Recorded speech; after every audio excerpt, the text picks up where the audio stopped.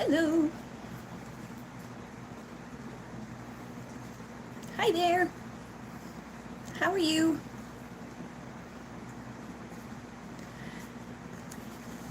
Hello.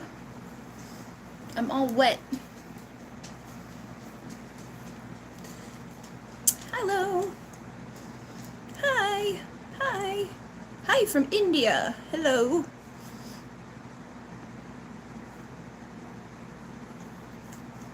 Oh no. You have to look at a smaller screen. Just washed your hair.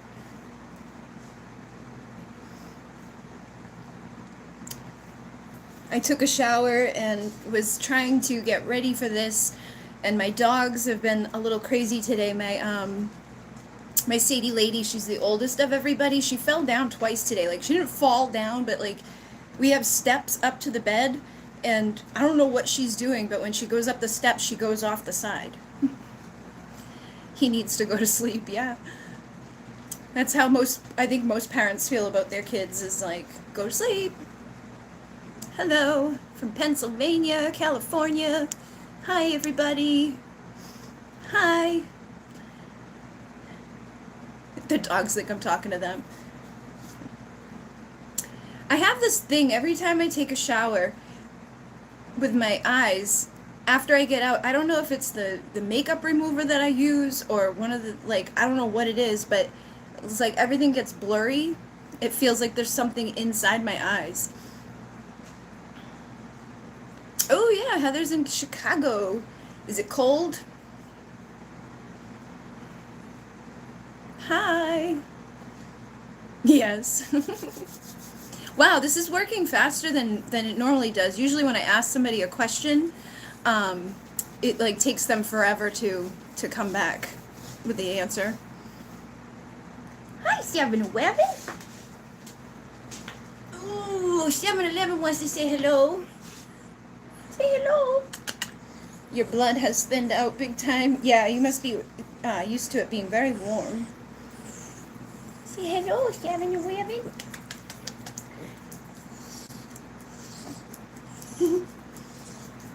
She's a good girl. She's a good girl. Oh, she's a chunka. She's a chunka one. And there's an even bigger one.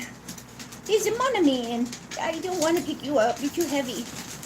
My husband is very big compared to the rest of them. Oh, where'd it go? There it is.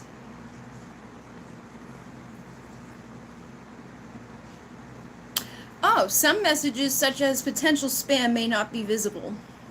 So that may be why sometimes I don't see everybody's messages. You like my hat? Thank you. I'm okay. How are you? I feel like discombobulated because it was taking me for a while to get ready, and I was like, Okay, I'm ready to take questions whenever you guys are ready to ask them. I know basically we are going to just talk about, Alcyone Light Healing, and whatever you guys have to ask about this so far. Hey! Stop! No yelling. No yelling. Be a good girl. Don't fall. Stay. What are you doing? Sorry. My dog, I don't want her to fall again. She fell twice today.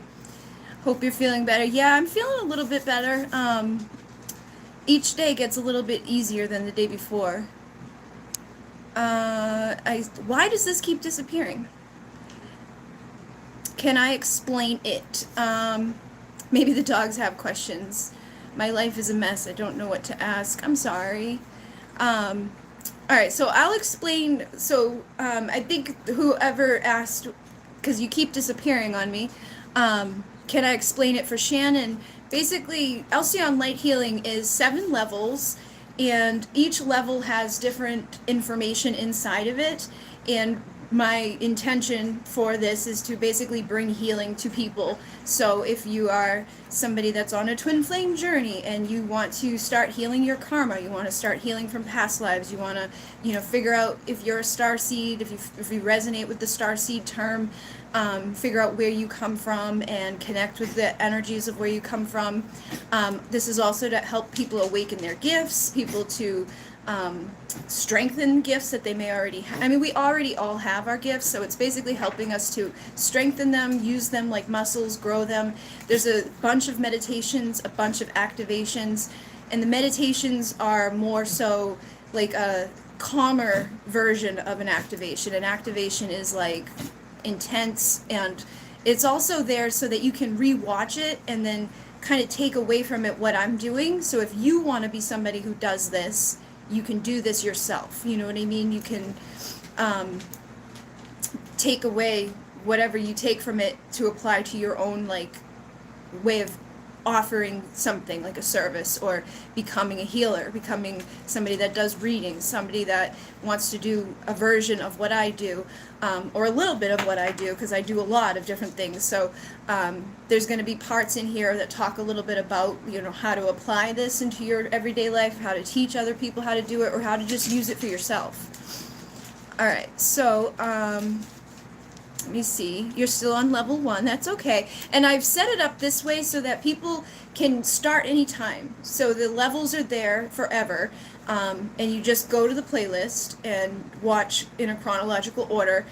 I've been doing it once a week that I share the teachings, but if you start late and you want to go through it once a day and you're not getting overwhelmed by the energy, you can go through it as quickly as you like. But I did, give the week by week play so that people can do it in the same way that I teach it. Just because I like to give people a time to integrate energies when I do like activations. The same thing when I taught Alcyone Light, when I taught Munay Key, was we were doing that once a week.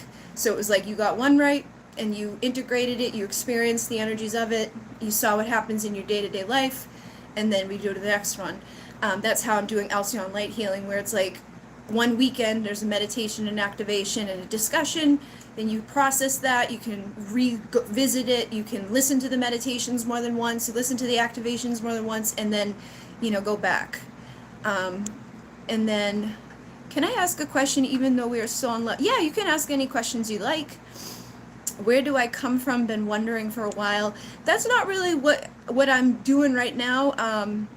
I don't have my cards out for like reading questions, but in order to figure out where you come from, I have a lot of different videos. Like I have there's a playlist, and it's like the characteristics of where the different races are. So if you are a Lyran starseed, you might resonate with the one that's all about the Lyrans. If you're a Syrian starseed, you're going to resonate with the one all about the Syrians. Also, there's a video I've made called How to Discover Your Starseed Origins, and that's in the same playlist. It's basically like an intuitive thing that you're just going to feel. For me, like the Pleiadians made themselves known to me immediately. And they were like the first race that I found online. They were the first ones that I was like connecting with, and it just got stronger and stronger and stronger. Some people, they resonate more strongly with like water, so they would be more so connected to Sirius.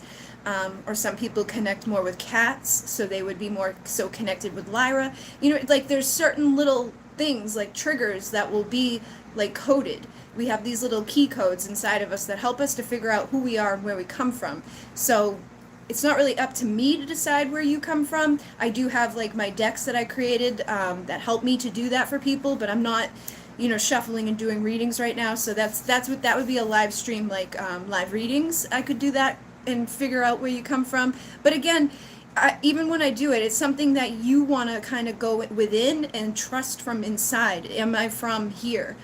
Looking at the stars too. When you go outside at night, look up at the stars and see if there's a particular spot that you're drawn to, and then use like a sky map downloaded into your phone. There's different apps you can use that are free, and you can see where that is. And if it's like, Lyra, then you're probably Lyran. If it's Sirius, then you're probably Sirian. If it's the Pleiades, then you're probably Pleiadian. If it's Orion, I feel like sometimes that's because we have karma from Orion, not necessarily that you're from Orion, because I used to think I was from Orion, or that like I had some thing there. But I feel like it was more so because I was in the Pleiades always looking at Orion, because Orion is like the one chasing after the Pleiadians. Like in the great mythology, it's Orion is the bear, and then the Pleiades are the sisters running from the bear. How do I ask who my guides are and get to know them? So with that, I would basically just, meditate. Like, meditation is going to be like the answer for most of our questions like that. And then trusting. And when you did like the first part of Alcyone Light Healing, where we figure out which one of our gifts is the strongest, you want to utilize like whichever one is stronger, or which ones are stronger, because sometimes we have like, we're really feeling and knowing, or we're really seeing and tasting, or whatever your combinations are. But you want to kind of try to figure out which one is like the way that you connect the best. Because for me, I'm just clear knowing, so I just know things. I don't know how to explain it. It's just there. I know it, and I'm like, it's there. It doesn't happen like all the time. It's like in these, I don't know, it's hard to explain. It's because it's when you have clear knowing, the people who have it, it's hard to explain to other people. It's just a sense, it's just a knowing. It's kind of connected to feelings. So like feeling is one of my stronger gifts too, but it's not as strong as knowing. So for me, I just know like Archangel Michael. Like Archangel Michael's been coming to me since I was a little kid, and I knew who Archangel Michael was without ever going to church or having anybody tell me about Archangel Michael. And it was just something like at 3 a.m. when I was scared, I'd call on him. It was just like an innate knowing, something I already had programmed into me before I was born.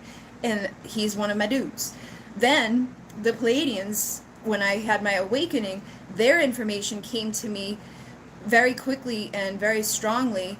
So I just knew that they were like trying to communicate with me. And the more that I knew that, the more that I trusted that, the more that I believe that and feel that, the more it comes through stronger and stronger. So for me, it's kind of just, I know.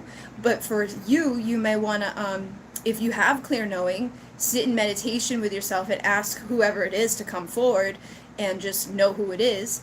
If you have seeing, then you could close your eyes and just, again, meditate on it and see who comes to you. You may get a vision of somebody, or you may get a vision of some item or some object, and then you can piece together. Like if you got the arrow, it may mean that it's like Diana.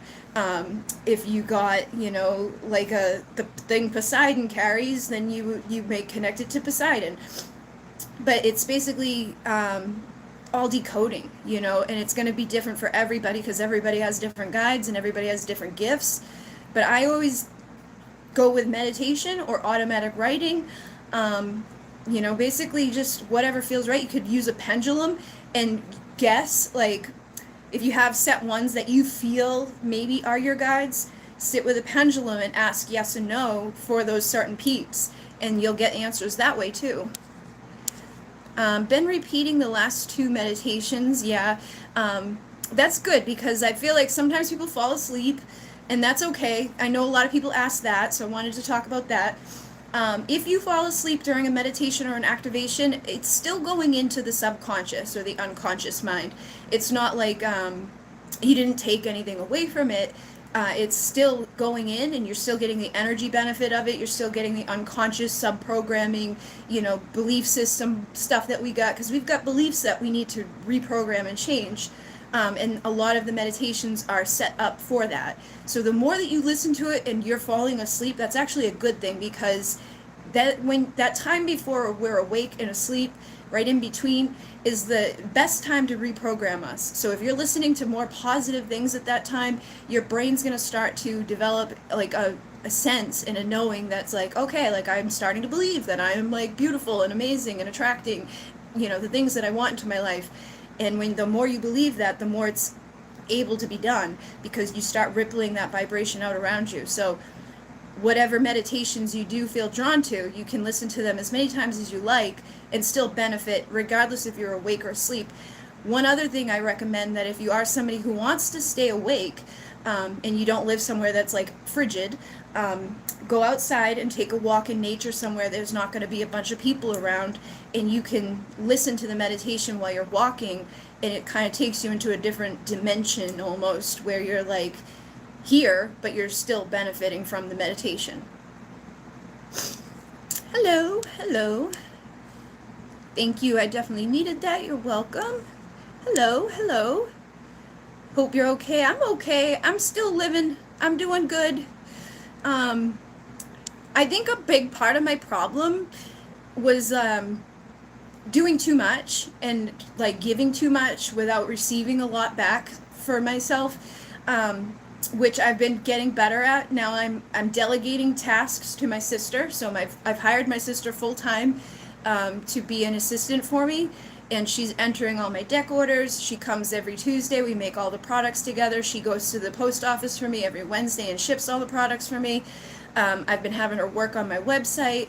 I had her do all the products going onto Instagram, Facebook, and my website. And, you know, just having her to like be like, hey, can you do this? Hey, can you do that? Has helped a lot. And then I have readings closed right now, but when I open them up, I decide I'm going to open them in January. I'm going to increase my prices just because I think what I was doing was just too much for too little or something, because even like Lyme disease, it comes from being sucked on, right? Like I had a tick suck and stick to me and suck out of me. If you look at it that energetically, or you look at that symbolically, it's like I was being sucked, drained, and just, you know, depleted. So that's how I've been feeling. Is drained and depleted. So I feel like I need to start filling myself back up with, you know, different ways of getting help first of all, and making sure that I'm being compensated for my time and energy as much as possible without being like, hey, give me $1 million. Oh, you love the meditation activation videos. Yay! I'm so happy that you guys are enjoying it. And Gina B is far behind, but she's glad that I can just, yeah, and that's the good thing too, is you can go slow, you can go fast, you can do however you want to do it. You don't have to be, you know, rushing through this.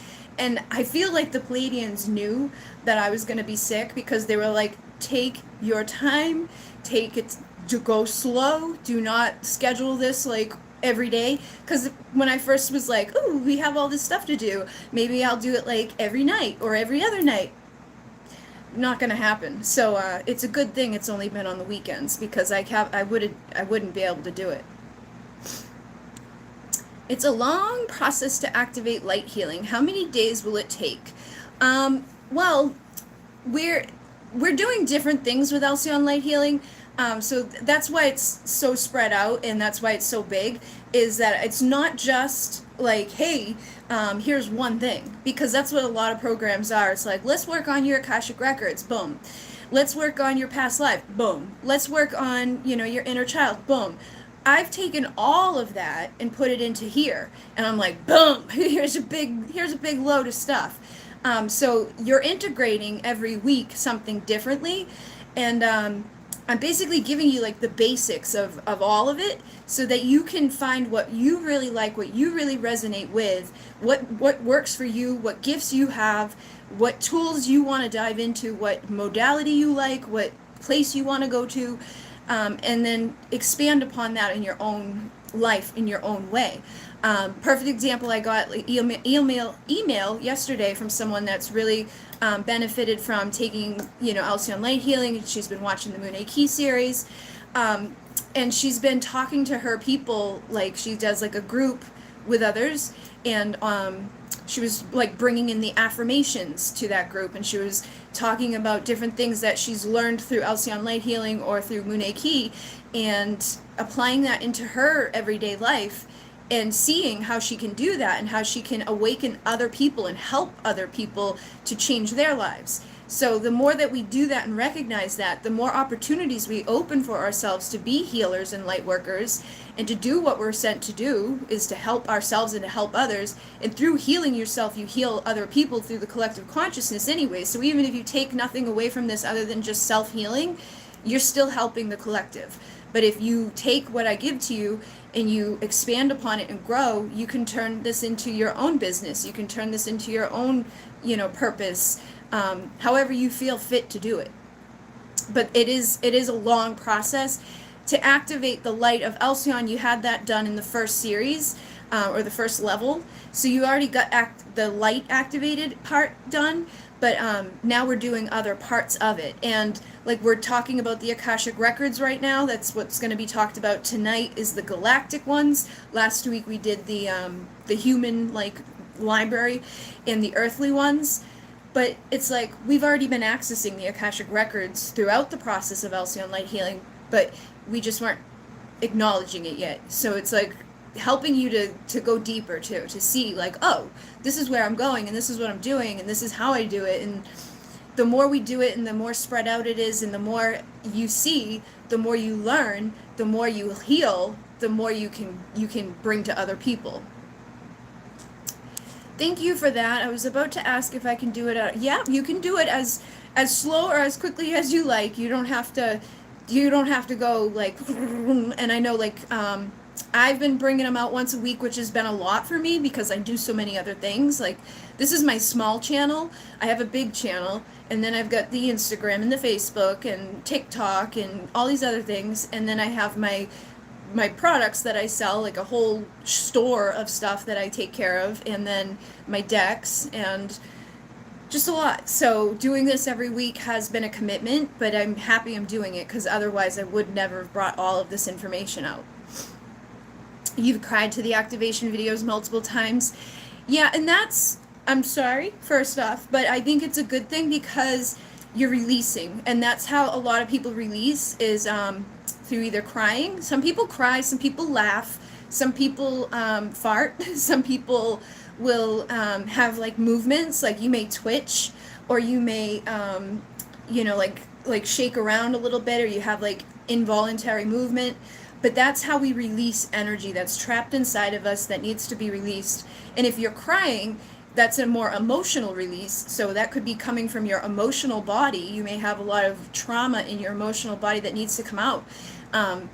So that's a good thing that you're releasing it. And then I'm also thinking of Sirius, because Syrians work with their emotional body. So you may be somebody that's connected to the Syrians, and you may need to connect more with them to heal, to grow, to expand, and to work within your emotional field.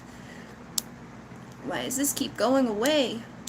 All right, was introduced to it in the early 90s when a reader told me that my soul was from Orion. Has made sense since. Yeah, and it's funny because it's been around, but nobody really talked about it, I don't think, until, recently. You're finding more and more people who are expressing this and talking about it and doing light language and doing different things that help us. But it's been here since the 80s, the 70s. There's been starseeds here. We just haven't been in such big numbers. So now there's more of us. We're all waking up. More of us are stepping into our power. I've been here more than once, for more than one lifetime, where I failed miserably and then came back around and was like, all right, let's do this again. So hopefully this time I'm doing it right, but we'll see. You love your baby kitty. You're a Pleiadian. I found out a month ago. I think I missed. Yep. So Pleiadian is spelt a little bit differently, but it's something that you just know, you just feel. And then Robin definitely has karma from Orion. We're going to be working on that next week and the week after. Next week we're going to be doing an activation and a meditation for, what do you call it, the galactic war, where a lot of the karma originated from, that is impacting almost all of us.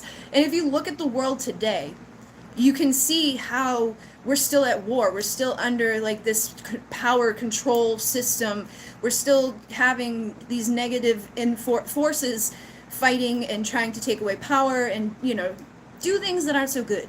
And so as we heal as a collective, and as we awaken and remember and free ourselves from that karma, we're going to help, shift the world into a different place. And things are going to happen. Big things are going to happen. But it's nothing to be afraid of. I don't like talking too much about what's going to happen, because people go to fear, and that's like the one thing you don't want to do, is be fearful about what's going to happen, because there's nothing to be afraid of. Whatever happens or whatever comes is for our highest and best. It may not appear that way, like in the moment always, but it does eventually lead us to better days. Alright, so level 1, every time I practice the vortex, I get a heavy feeling in my chest area or heart chakra. Is that an area I need to align? And this is going to be a perfect example. The way that she worded that question, I want you guys to like, to lead more with that type of thing, where it's like, okay, every time I open the vortex, something's going on here that I feel heaviness, or I feel weird, or something's going on. And if your first instinct is to ask yourself, should I do this? It's most likely the answer, because your intuition knows immediately what the problem is, or what the solution to the problem is, but our logical 3D minds that we've programmed to doubt ourselves and to, ignore our intuition and to believe that we're crazy or think that whatever, steers us away. So yes, I would definitely work on that area and see if you can, intuitively do so. Like for me, intuitively with the heart chakra, I would be like, okay, maybe I need to bring in some rose quartz frequency, or I need to, just do a heart chakra meditation online where they have like the different hertz or frequencies or different sound bowls. Like I have a sound bowl specific for the heart chakra. Things like that. Whatever you feel guided to, like you could wear the color green, because green is supposed to help with the heart chakra. You could use different essential oils that are connected to the heart chakra, but I would definitely focus on different things that you're guided to do for that area, and see if that helps with the heaviness. Healing is a good no matter, but can you give an example of a testimonial of the healing working, making a positive difference? Okay, well, almost lately, every day, I get messages from people, like I get emails from people a lot, where just this week I had one who emailed me, and actually 2 people emailed me with the same type of thing going on. They're feeling now, since they've done Alcyone Light Healing, or since doing Munay Key, because a lot of people have done both or are doing both, that now they're feeling more empowered, they're feeling more confident, they're able to actually start doing what they want to do. Like before, they didn't believe that they had the power to channel energy, or they thought that they were crazy to think that. And since finding this modality, they're now feeling more confident to actually apply it to their life and to start changing their life into being aligned with being a healer. So those 2 people just in this week messaged me about that. And then I've had people who've come to me for healing in certain areas. Like one person came to me for one of my meditations, and she was having really bad anxiety. And after listening to the meditation a few times, she was no longer having the anxiety attacks, or anytime she felt that anxiety come on, she'd go listen to the meditation and it would go away. I have somebody else, a woman that has been thanking me for years now, because this was my first client ever, like a first paying client. My first time it was at a Reiki clinic. They paid me $5, and I did a healing session, and then they kept coming back. And later on I heard from the woman that I had saved her son's life, and I was like, what? No, I didn't. But it was because he was extremely depressed and extremely anxious, and he was having really bad anxiety attacks to the point of going to the hospital and not being able to like function as a human. But when he was getting healing sessions from me on a regular basis, all of that started to change. He started to be able to feel better. He started to be able to not have anxiety attacks. He started to get a job. He started to go out of the house and live a normal life. So that has improved, his life in many ways by going to healing sessions on a regular basis. There's a lot of different people that I've worked with over the years that, basically just what they give to me for their feedback lets me know that it's making a difference. But as for like very specifics, like, I changed their world completely, I don't feel that way, but I have people tell me that. Like I have people email me to be like, you've changed my life, thank you so much. In the Alcyone Light Healing group, there was someone just the other day who felt like they finally found their family, or that they found the place that they belong. And I find that a lot with this type of stuff. And even just my videos that I made, like, are you Syrian, are you Pleiadian? Those have been life-changing for people, too. I get people crying and emailing me and thanking me for helping them to figure out who they are. And that's what Alcyone Light Healing is also doing, is to not only figure out who you are, but to expand upon it. Bridget, you have a cat feature when I look at you. Thank you. I think. I know that I have Pleiadian as like my main thing, and that's because that's where I was recently, like before I came here. But I was also in Lyra, so I'm sure that some of those features come through me at different times, and I've also been told that I shift. Like my face shifts when I do different things. When I do trance channeling, I shift. When I do hands-on healing, I shift, and it depends on what I'm working with is what I shift into. All right. You're awesome. He's one of your dudes. Me and Michael. Oh, wow. Look at how far back I am. What's my job? Where do you get money to live? Me? My job is this. This is how I get money to live. Is by, I run 2 channels, and I do a lot of private readings. I sell a lot of products that I create as an aromatherapist, and I do like the activations where I'm only charging you guys like $5 for an activation, but at the end of the month, all of you guys doing it adds up to be about $1,000, and getting money off of the ads on YouTube, that helps too. Where else do I get money? I'm like, where else do I get money? I don't know. It's like I make a lot of money from selling my decks too. Like I make my own decks and I sell those, and you know, just different areas. I have like income come from a lot of different places. But that's one of the things too, as being a healer, you've got to be resourceful and think about different avenues of making an income, because before, when I was just doing one-on-one healings, or when I was just doing an event once a week, I was only making a couple $100s a week. But then I started manifesting and started attracting abundance and started channeling in ideas and energies and frequencies. Like everything that I create, all my products have been channeled from the Pleiadians. Everything that I create from my decks have been channeled from the Pleiadians. Soul Purpose Oracle, Starseed Oracle, all of those things come from them. And those all create enough abundance for me to survive very comfortably. You love the meditations. Thank you. I'm going to scroll down a little bit more. You're a beautiful soul, Bridget. Absolutely. You do so much work. I was thinking about that. Wish you so much success. Thank you so much. The cutting cords video has helped massively. Yay! I think a lot of people really benefit from those ones. Those seem to be the most popular. A lot of energy. It is a lot of energy, and that's why I've been spacing it out. Lyme disease is awful but manageable. It was a struggle when I had it in my teen years. Yeah, it's definitely not fun to have, but I'm doing a lot better now. Behind, but I've just been exhausted. Lewis, hi. I find that some of us are getting pretty tired with the activations too, especially in the beginning. Like level 1 was a lot for me, but level 1 I also had Lyme disease and didn't know. So I was like, oh, maybe that's what was making me feel so messed up. But any activation, my meditations make people tired. They fall asleep. They get very relaxed and they go into theta, alpha states, and they relax. But the activations too, like doing a weekend of activation, I'm only giving you like one at a time. But I've done weekends where I did 5 or 6 at a time, or 9 or 10 at a time in 2 days, and those kick your ass. So it is a lot that I've given to you, but I've spread it out in a way that you won't have to be so drained or so overwhelmed. And most of the time, the activations, they should make you feel better, but sometimes they're going to bring shit up, and I'm not going to lie to you and be like, oh, it's going to fix you magically overnight and everything's going to be perfect.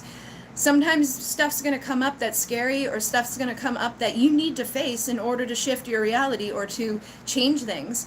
So however you experience it is how you experience it. But some people will get tired, some people will get energized, some people will have emotional setbacks, or they'll have like little crises where it's like a healing crisis, and that can come up in different ways. And it's not even like, I don't like saying that, because then people are like, ooh, I'm gonna have a healing crisis, and they bring it on. But it's like, a healing crisis isn't anything to be afraid of. A healing crisis is more so like, I need to shift some shit out of my reality. I need to change my belief systems. I need to change my reality around me. If I'm unhappy with my life, something needs to change. So that's usually what a healing crisis brings up, is like, oh, I'm not living in alignment. Let me fix that. The Pleiadian oil helped you tremendously. That's awesome. See, a lot of people love the Pleiadian passion. Then they gave me that specifically. I was sitting in my aromatherapy class and they were like, use these oils, and I was like, okay. So rose is very, very love-filled. Lavender is very relaxing. So the lavender helps you to like get into the meditative state. The rose engulfs you in love, and then Alimi and Angelica root take you up. So they bring your consciousness up and make you in a perfect receptive mode for meditation and for activations. And everybody who smells it, they always say the same thing to me: it smells like home. And it's like, how do you know that? You know what I mean? If you're Pleiadian, I think it will smell like home to you. Parasites gotta eat. Yeah. I'm so far. I'm right. I'm gonna scroll down to the bottom, and then, all right, let's see. Karma combined both. I'm a dog walker by day, reader by night. Doesn't mix at all, like oil and vinegar, especially sitting in traffic from dog walk to dog walk. Yeah, it's not fun. All right, I took a nutritional coach program to become a certified nutritionist, but I love this type of work, so it's like, what do I do now? So that would be perfect, AA Karma, to combine, because I've noticed, and there's some people out there who will tell you, oh, you want to focus on one thing and one thing only if you want to be successful. And I think that's bullshit, because I've noticed that, like, me doing what I do, it gives me freedom to not feel like, ugh, all the time. Like, when I get sick of doing readings, I stop doing readings. When I get sick of making products, I'll stop making products. When I get sick of making it, I mean, I make a deck once and it's there, and it's always there. So I make the deck and there it goes, and then I don't have to worry about it other than the orders, which my sister enters for me, and they ship to the person. But like, when I'm inspired, I make the deck. When I'm inspired, I come up with a new, a new thing, like a new offer or a new product or a new whatever. And that's because I'm in alignment and I'm feeling good and the energies are flowing. Like last night I was sitting here and all of a sudden it was like boom, and like 4 different decks came in, and I could see them in my mind's eye, like how they're gonna look and how they're gonna be, and I wrote one all out. But that doesn't happen every day. But it's when it does, I take advantage of the download. I write down everything I need to know about it, and then in another time when I'm feeling inspired or creative, I'll sit and I'll make that deck, or I'll sit and I'll do whatever I need to do for whatever it is that I'm bringing forward. Like I just brought bath salts into my products on Etsy, and I researched what were the best things to do, and and found the best products that were at a good price so that I didn't have to charge an arm and a leg to sell them, and how I wanted to package them. And I take my time, but like, I'm not doing one thing. I'm doing a little bit of both. So if you really like doing this, you can, do this and that, because those are 2 things that go together very well. A nutritional coach, energy healer, makes sense to me. You know what I mean? So you could come up with programs that bring both of those aspects together, like your own course. You can make a course, you can make an ebook, you could make a deck, you could make whatever you wanted to make, basically, and combine those things and help people on different levels, because so many of us don't know the slightest where to begin on how to feed ourselves, and we need healing as well. So you'd be the perfect person to go to get an energy healing session and like a setup, like, bring the chakras into it or something, how to feed your chakras, and then feed them with energy and feed them with food. And there you go. You've got a whole course that you've worked out for somebody, and you can make that on Canva for free. Hold on. Do you know if Santa Fe, New Mexico is connected to the Pleiades? I was summoned there this past lineup, and now I am moving. It felt like a portal to the Pleiades. I don't know specifically like if it is, but I feel like whenever you feel that type of thing come over you where it's like, I feel like this is connected to my Pleiadian stuff, it most likely is. There could be a ley line somewhere that you're connecting with, because the earth has like certain lines of frequency and energy on them that align in different ways with the stars. You know, like look at the Great Pyramids, they were built on certain ley lines, and the way that they are with the axis of the earth and all of that aligns in certain degrees, and it's all connected. And then there's, you know, like the Native Americans, they did things in certain places, they created like stuff that aligns with the stars as well. So I'm sure wherever you're guided to go, especially during the lineup, I even wrote that in my 10 ways to navigate the Pleiadian lineup, is that you might be guided, you know, to something or to do something, or you might meet somebody that's like a walk-in soul. It's usually aligned with the Pleiadian energy. So I would say that, yeah, it's most likely connected. What you could do is like Google different things that pop into your mind and find how it connects, or find what information they want you to find in connection to it. So like Pleiadian Santa Fe or Pleiadian Mexico, and see what pops up for that type of research. And sometimes you'll go down a rabbit hole that has really nothing to do with Santa Fe, but it takes you to somewhere else that you needed to see. So like I used to do that a lot, where I would type in just random words to Google that I was guided to, and that's how I found out about the Pleiadian lineup. That's how I found out that it was, my birthday was May 18th, which is the height of the whole thing when I was born.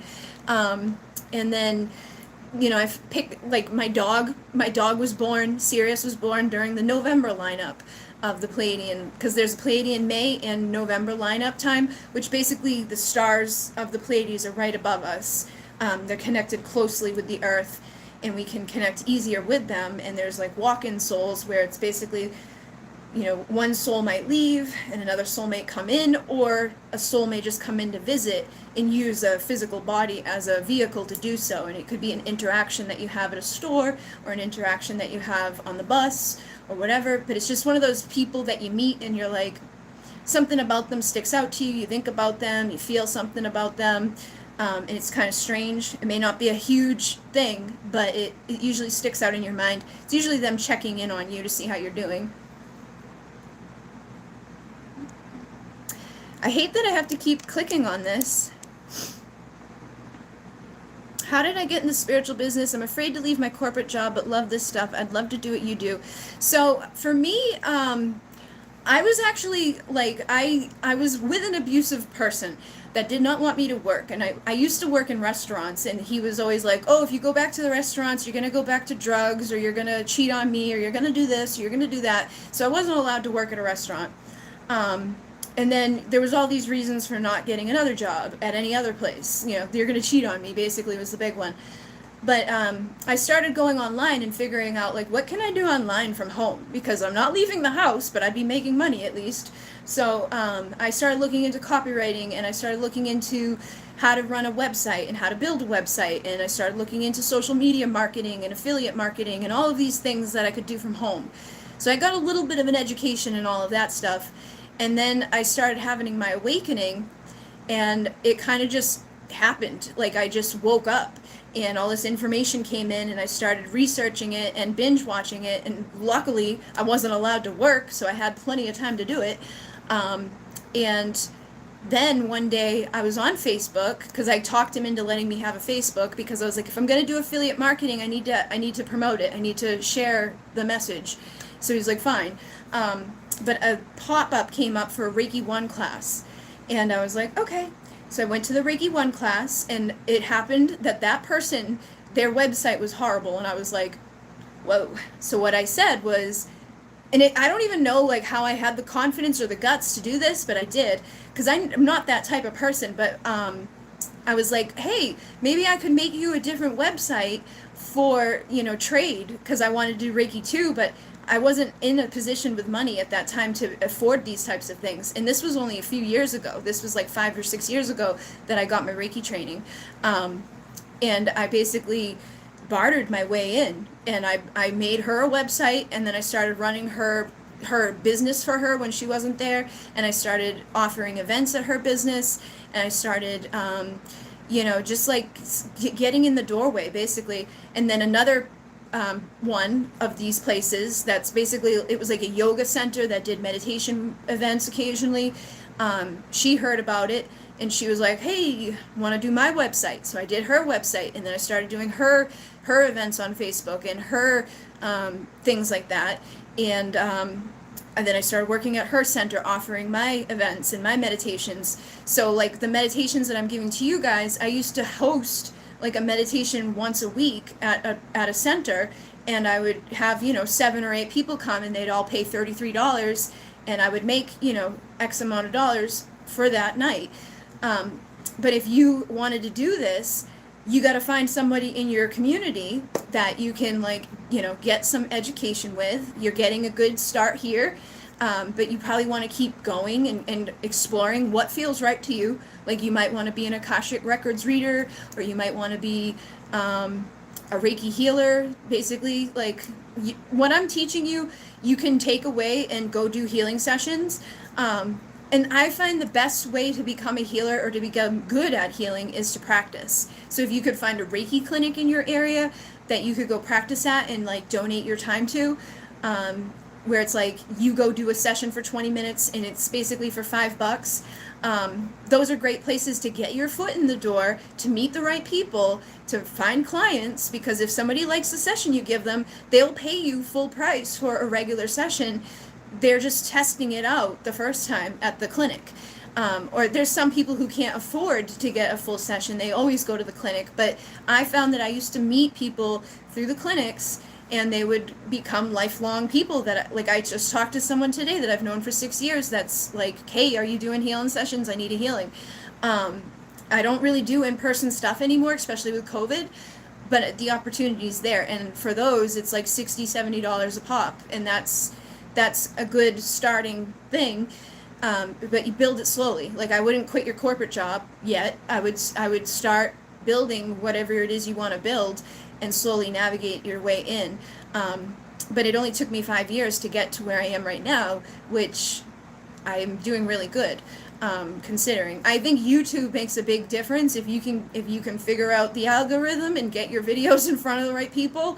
Or just be dedicated to doing it every day for at least a year or two, you'll get to where you want to be.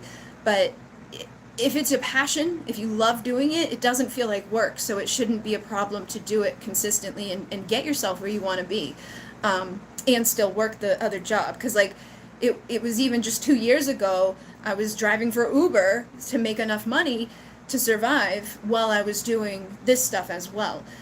It wasn't until my other channel kind of blew up that I was able to kind of get comfortable. And I've only been making decks for a year. My first deck was made last year at this time. And now it's everything changed in 1 or 2 years for me very quickly. So it's if this is what you're meant to do, it will happen for you. You've got to make action steps for it to happen. It's not going to happen sitting at home, but you've got to figure out where you're going to go and who you're going to meet, and pay attention. Because if I didn't click on that event that day and, get myself to that event, I never would be where I am right now. So you just got to do what you feel guided to do. It keeps it fun to switch things up. Yes, it does. You're on a twin flames journey too, and that song one day popped up in my head, and I listened to it too, and that song finally made sense to me.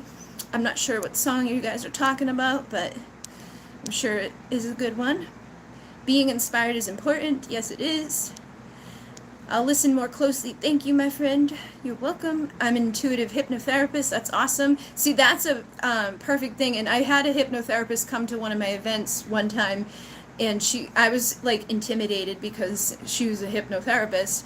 But afterwards she was like, you did an amazing job, and you're basically hypnotizing people, and keep doing what you're doing because it's really helpful, and blah, blah, blah. And I was like, oh my God, and I was like, I felt like I told her, I was like, I felt like I should go to a hypnotherapy class or whatever. And she's like, you don't need to. She's like, you're already doing it. So it's just a piece of paper. It's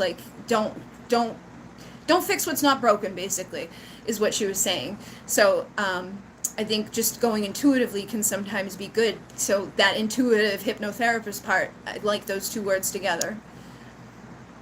You're working on your hypnotherapy license, and that's, see, we got a lot of and that's the thing, is like, it's those two things cross, because you're going into the unconscious or the subconscious to reprogram the beliefs and the things that are keeping people stuck.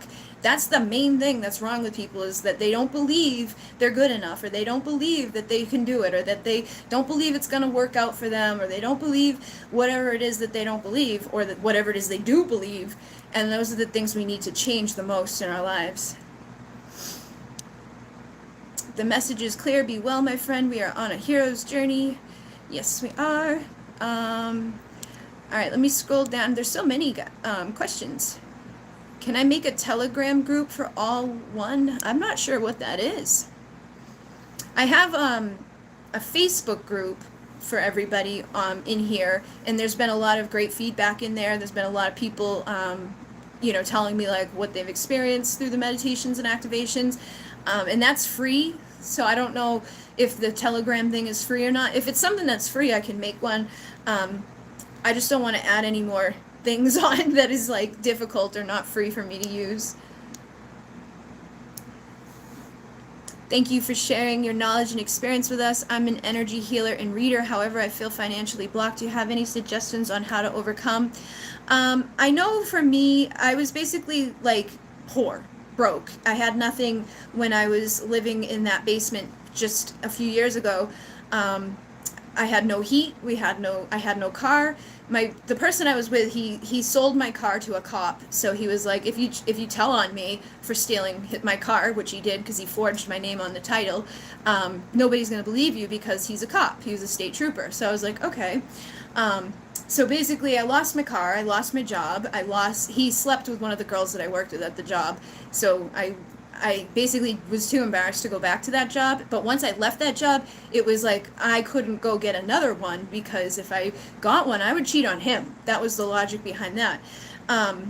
So I had nothing, no money, no car, no bank account. The bank account got depleted. My credit got destroyed because he was supposed to pay the bills and never did. He opened up things in my name and never told me and never paid them. And I started with nothing. And it's only been a few years, and I'm where I am now. So literally the beliefs that you believe, the things that you think, the things that you say, the things that you feel are so important. If you feel like you're blocked, if you think that you're blocked, if you believe that you're blocked, you're going to stay blocked. You've got to break through that belief of like, I can't make it, or there's something wrong with me, there's something, because there's nothing any different about you than there is about me. There's nothing any different about any of us. Like, I mean, we are all different people, but we all have the same potential. We all have the same things available to us. It's just a matter of if we're going to use it, or if we're going to choose not to believe in the stuff that we can believe in. What I started doing that I found to work really well was like a manifesting journal, like doing affirmations every day, and then doing a gratitude journal of doing things I was grateful for every day. Because what that does is it makes you look at the things you're grateful for instead of all the lack that you're looking at. And then you start to shift and you start finding more things to be grateful for, because now you're looking for it. So it's like, I would wake up and I'd be like, all right, I'm grateful for the fact that I had a bed last night. I'm grateful for the fact that I could eat today. And I was grateful for shit that like now I might take for granted, and I need to remember that, because that's something too, is I feel like we got to stay humble to some point. Like I don't buy myself shit. I don't go crazy. Like there's plenty of money coming in, but I'm like, only thing I ever buy is for the business so that I can continue to like run the business. So I don't go crazy or extreme with things. Like I still kind of live like a poor person. And that's something I'm working on, because I'm not a poor person anymore, but I still live like that. Like I'm like, ooh, shouldn't spend this. And there's no reason to be like that. So I need to break through that mentality. But in the beginning, I would do like the circle as well, where it was like, I drew the circle, which is basically you just draw a circle, and then you write inside of it, like, I am making X amount of money. I am this, I am that, whatever it is you want. Now, with the money part, you don't want to go from, like, maybe you make $500 a week. You don't want to go from making $500 a week to $1 million a week, because that's not feasible, it's not tangible, it's not realistic, it's not going to happen. So you want to say maybe something like $700 a week. I just had someone in the Alcyone Light Healing group that she made the circle. She put in there a set amount extra that she wanted a month.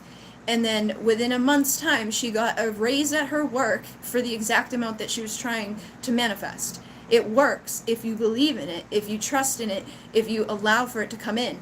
You've got to not be so super focused on it either, because people, they block themselves by being like, okay, let me focus on it and create it, but they get like all the time, all day, every day, or they do the opposite where they don't think about it at all. They just let it, go to the point where it's gone.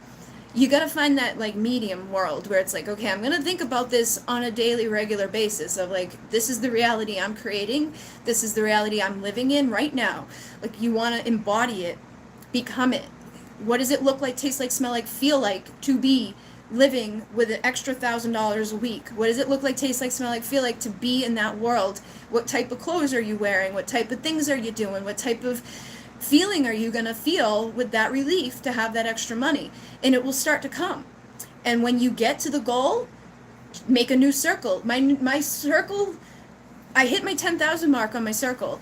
And I made a new one, but I haven't even been looking at it or using it because I don't need it anymore. It's like, I could still go up, but I'm content. And that's the part with me that I'm at right now, where it's like, stop just being content. Keep going. You know what I mean? Like, don't just stop now that you're here. Like, keep going. So that's something, too, that we need to do, is not limit ourselves when we feel like, oh, okay, I got to my goal. Like, keep going.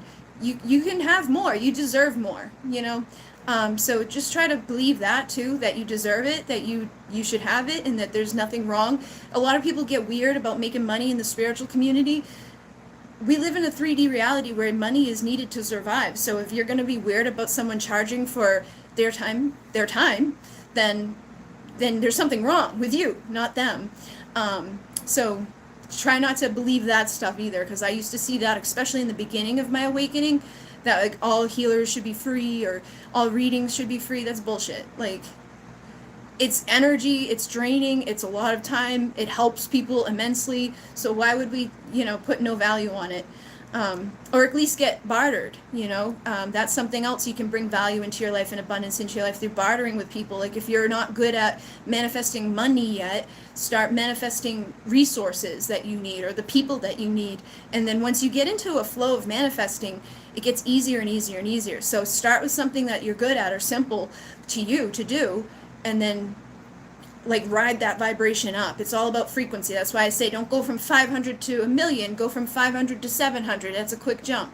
That's something you could find $200 on the street. You could have them mail you a check from somewhere you forgot you gave money to. I had that happen before when I was living, my ex had gone to jail, and I was gonna lose the lights. We had an electric bill that was due for like $300 and something. And I totally forgot that he had put money down on a ring for me, like back in years before when we were like good and had money and things were okay. The company that he had put money down on the ring for closed, and they had to send the checks out to anybody that had to put deposit on. The check that came in the mail was for the exact amount of money that I needed to pay the bill for the lights. And that was before I was even really utilizing my gifts or my ability to manifest. But it was like, I knew that I needed that money, and I knew that it would come, and it did. And that's what you need to do, is like just know it and trust it and believe it. All right, so we're coming on to an hour here. I know guys have a lot of questions. Oh, thank you so much, Ashley. Thank you for your donation, and thank you for being you too. Even the church runs on donate. Exactly. Churches are freaking loaded. The churches have so much money that it's like, it's crazy. Like, you see some of the stuff that they buy, like their mansions and things. But yeah, I've seen a lot of people get, like, when I was doing the Munay Key, I had flash, a couple of people be like, you're not supposed to charge for the rights. And I'm not charging for the rights. I'm charging for my time, my energy, and my wisdom, my experience, because I've been through the rights, and I've given the rights to over 100 people. Actually, there's now like 400 people in that group, but I didn't work one-on-one with each one of those people, so I don't consider them all like part of that, but like one-on-one, 100 people I've given the rights to, so I have some experience in it. And my time is valuable, so I'm gonna charge, to give my time to people. But if you get weird people like that, just tell them you're not charging for your service of healing them. Like you're not doing anything wrong is basically the thing. You're giving time, you're giving energy, you're giving knowledge and wisdom that they don't have at that time. You deserve to be paid. You did a reading for my vegan chef, and she paid me with 5 delicious healthy meals. And that's perfect. And I think bartering is going to become more of a thing in the future. I think that money isn't going to be holding a whole lot of value soon. If they keep fucking printing it, it's not gonna work out too well. But if I were people, I would invest in like silver or gold, and try to be smart with your money and your investments, and be smart with what you're doing. In regards to what you're doing for a career and what you're doing for the world. Being a healer at this time, or being a light worker at this time, to bring hope, to bring healing, to bring guidance to others, is something that's going to definitely be needed. It's something that I feel like will be turned to a lot, so it's something that's smart to do as well. The weird preacher in Texas with the planes. Yeah, I did them after I saw your video. I'm not sure what you did, but manifesting is so real. Manifested 25,000 cash within 3 to 6 months, and I still have that cash today. That's awesome. And that's like, people, I hear these stories. I gave somebody one of my abundance candles, and she works on Wall Street, and she got $100,000 bonus for something, and she was like, I swear to God, the candle helped me get my bonus, 100,000. I was like, oh my God. For me, that was like unfeasible. It's still unfeasible to me, but it shouldn't be. Like that's me blocking myself from big. You know what I mean? Like, there's no reason that I can't go to that place, but I need to continue to believe in myself, continue to believe in what I offer, continue to believe in the circle, and like use it and share it, and keep teaching other people and sharing with other people. Because I find that the more I give, like the more I receive. I just have to be at a point where I don't overdo it. Like sometimes I overgive to the point of my own demise, where I like work myself night and day. Like I need to remember, like, okay, Bridget, you've been standing up for 16 hours, go to sleep. Like those are things I need to balance out. But I try to give as much as possible, because I receive. Shungite. Do you do Reiki attunements? See, I did Reiki. I'm a Reiki master teacher or whatever. I got the certificate. I've done them. I've given people like Reiki classes and Reiki attunements. But I'm not a huge fan of Reiki, because Reiki, for me, was very limiting. Because I was already healing. I was already sending long distance healing to people. I was already like downloading things and doing stuff. And my teacher was like, oh, you can't do long distance until you're Reiki 2. And other stuff that was said in the class that just made me, like, the 3-minute thing, like, do 3 minutes at this chakra, 3 minutes at this chakra, 3 minutes at this chakra, with a little bell going off to tell you to move and shit. It was like, there was no flow. It was like a robot going through the motions of healing. You're still benefiting, but it felt limiting to me. So I had like a bad taste for Reiki. And once you do New Paradigm, like I did the New Paradigm Master Teacher class as well. And when you do that, there's a part in it where they release the symbols from your aura, because the symbols, if you download just those 3 symbols, you limit yourself to the energies of just those symbols. The chokare, the hanshosei shonen, and you basically opening your vortex that I have us open. If you bring in that symbol, you're limiting the vortex to just that one frequency of that symbol. So they say to like throw out the limitation of just working with those 3 frequencies, and bring in the frequency of the universe, the unlimited power that there is, and all of the different frequencies that there are. But one of the things that we do is release our symbols and agree that if we're going to do New Paradigm, we're not going to do Reiki. But if we want to do Reiki, that we're not going to, go full term into New Paradigm. So it's like they make you choose, which I don't like. And that's why Alcyone Light Healing is here, because Alcyone Light Healing is really literally about no limitations. Like, I'm not going to tell you that you can't practice Reiki. I'm not going to tell you that you have to choose Alcyone Light Healing over all other modalities. I'm not going to tell you that you can't use your vortex to bring in a Reiki symbol if you want to. But I'm going to tell you to open yourself up to the universal energies, into your intuition, and to what you're guided to do in a session, rather than what you've been told to do, or what, you know, you feel like, all right, it's been 3 minutes, I should move. You know what I mean? Like, I don't usually teach Reiki traditionally. When I teach Reiki, I teach it with, like, this is the symbol, but blah blah blah blah, and I'm like, this is this, but you should probably do this.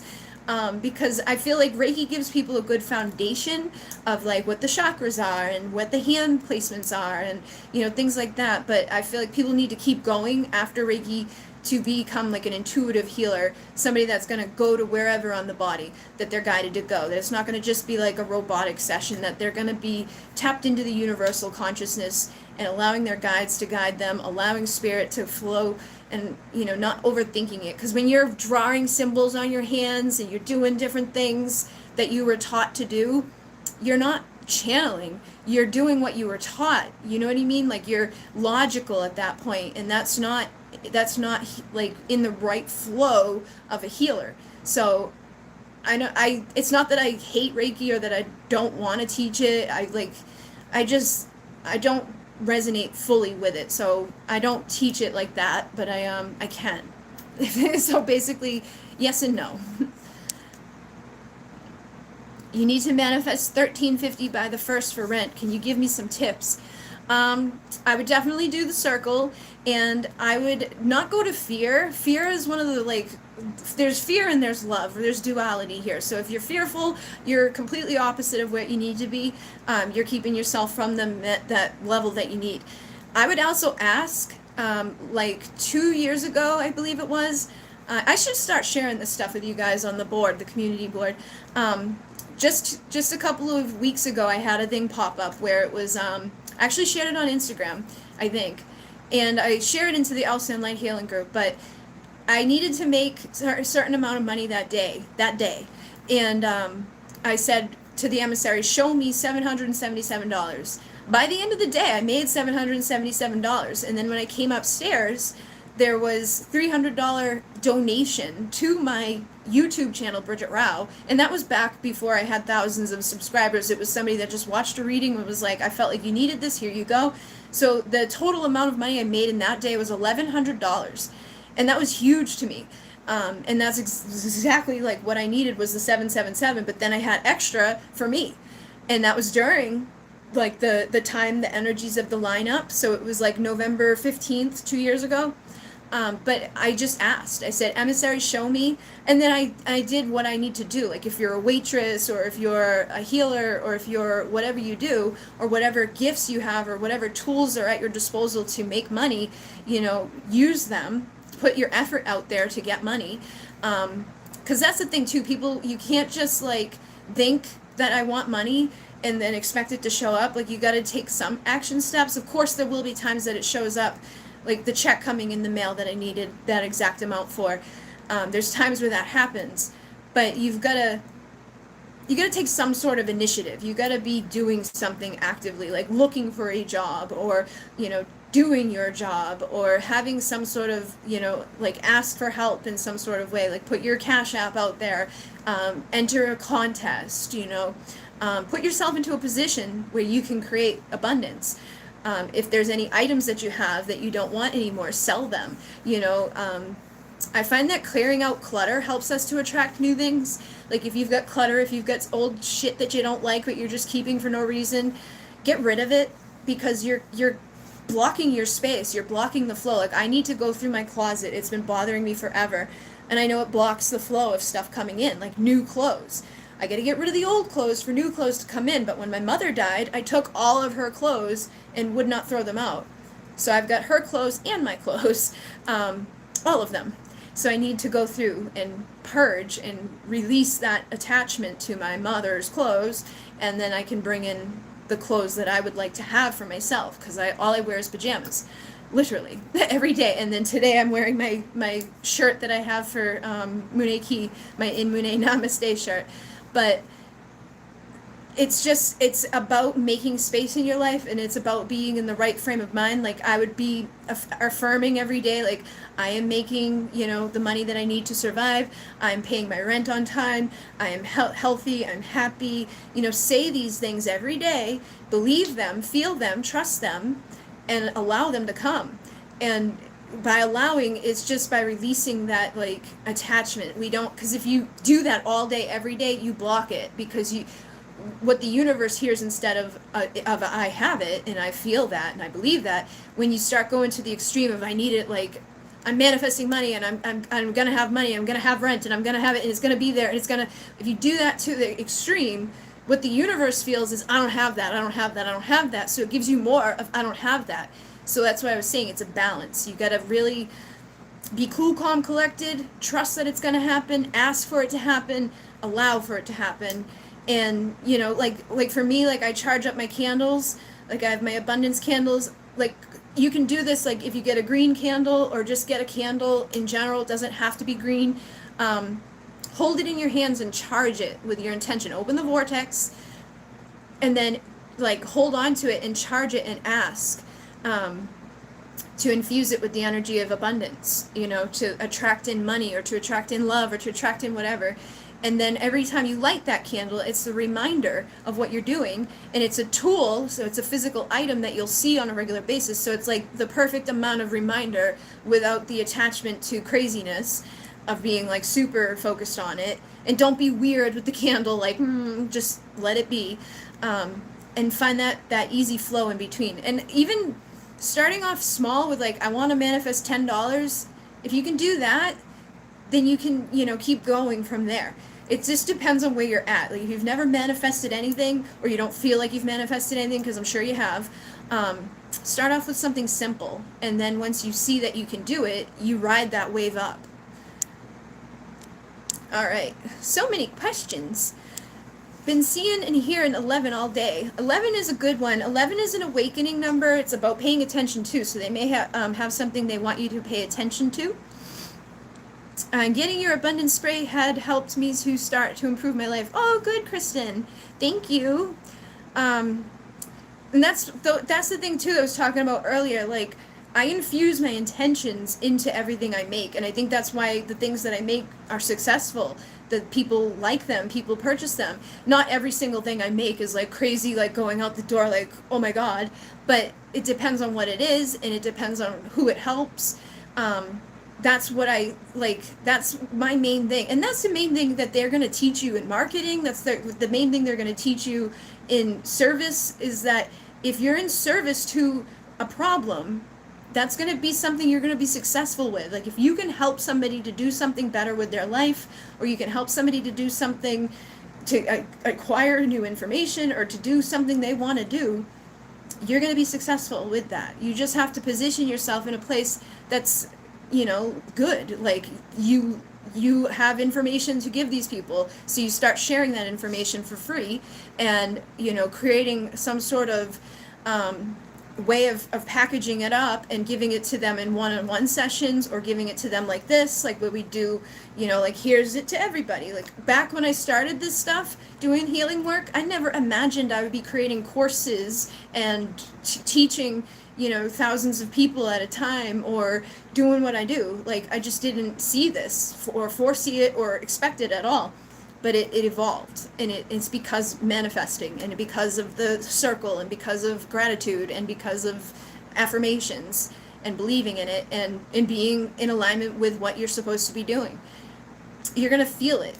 If you're not supposed to be a reader, or you're not supposed to be a healer, then you're not going to like it, you're not going to enjoy it, it's not going to work, you know what I mean? It's going to suck all the time. And there'll be days that suck if you're supposed to do it too, but the majority of the days will be good. There'll be setbacks, there'll be things that you got to overcome, there'll be lessons, but for the most part, you're going to feel good about what you do. Like, you should get energized when you do something that you're meant to do.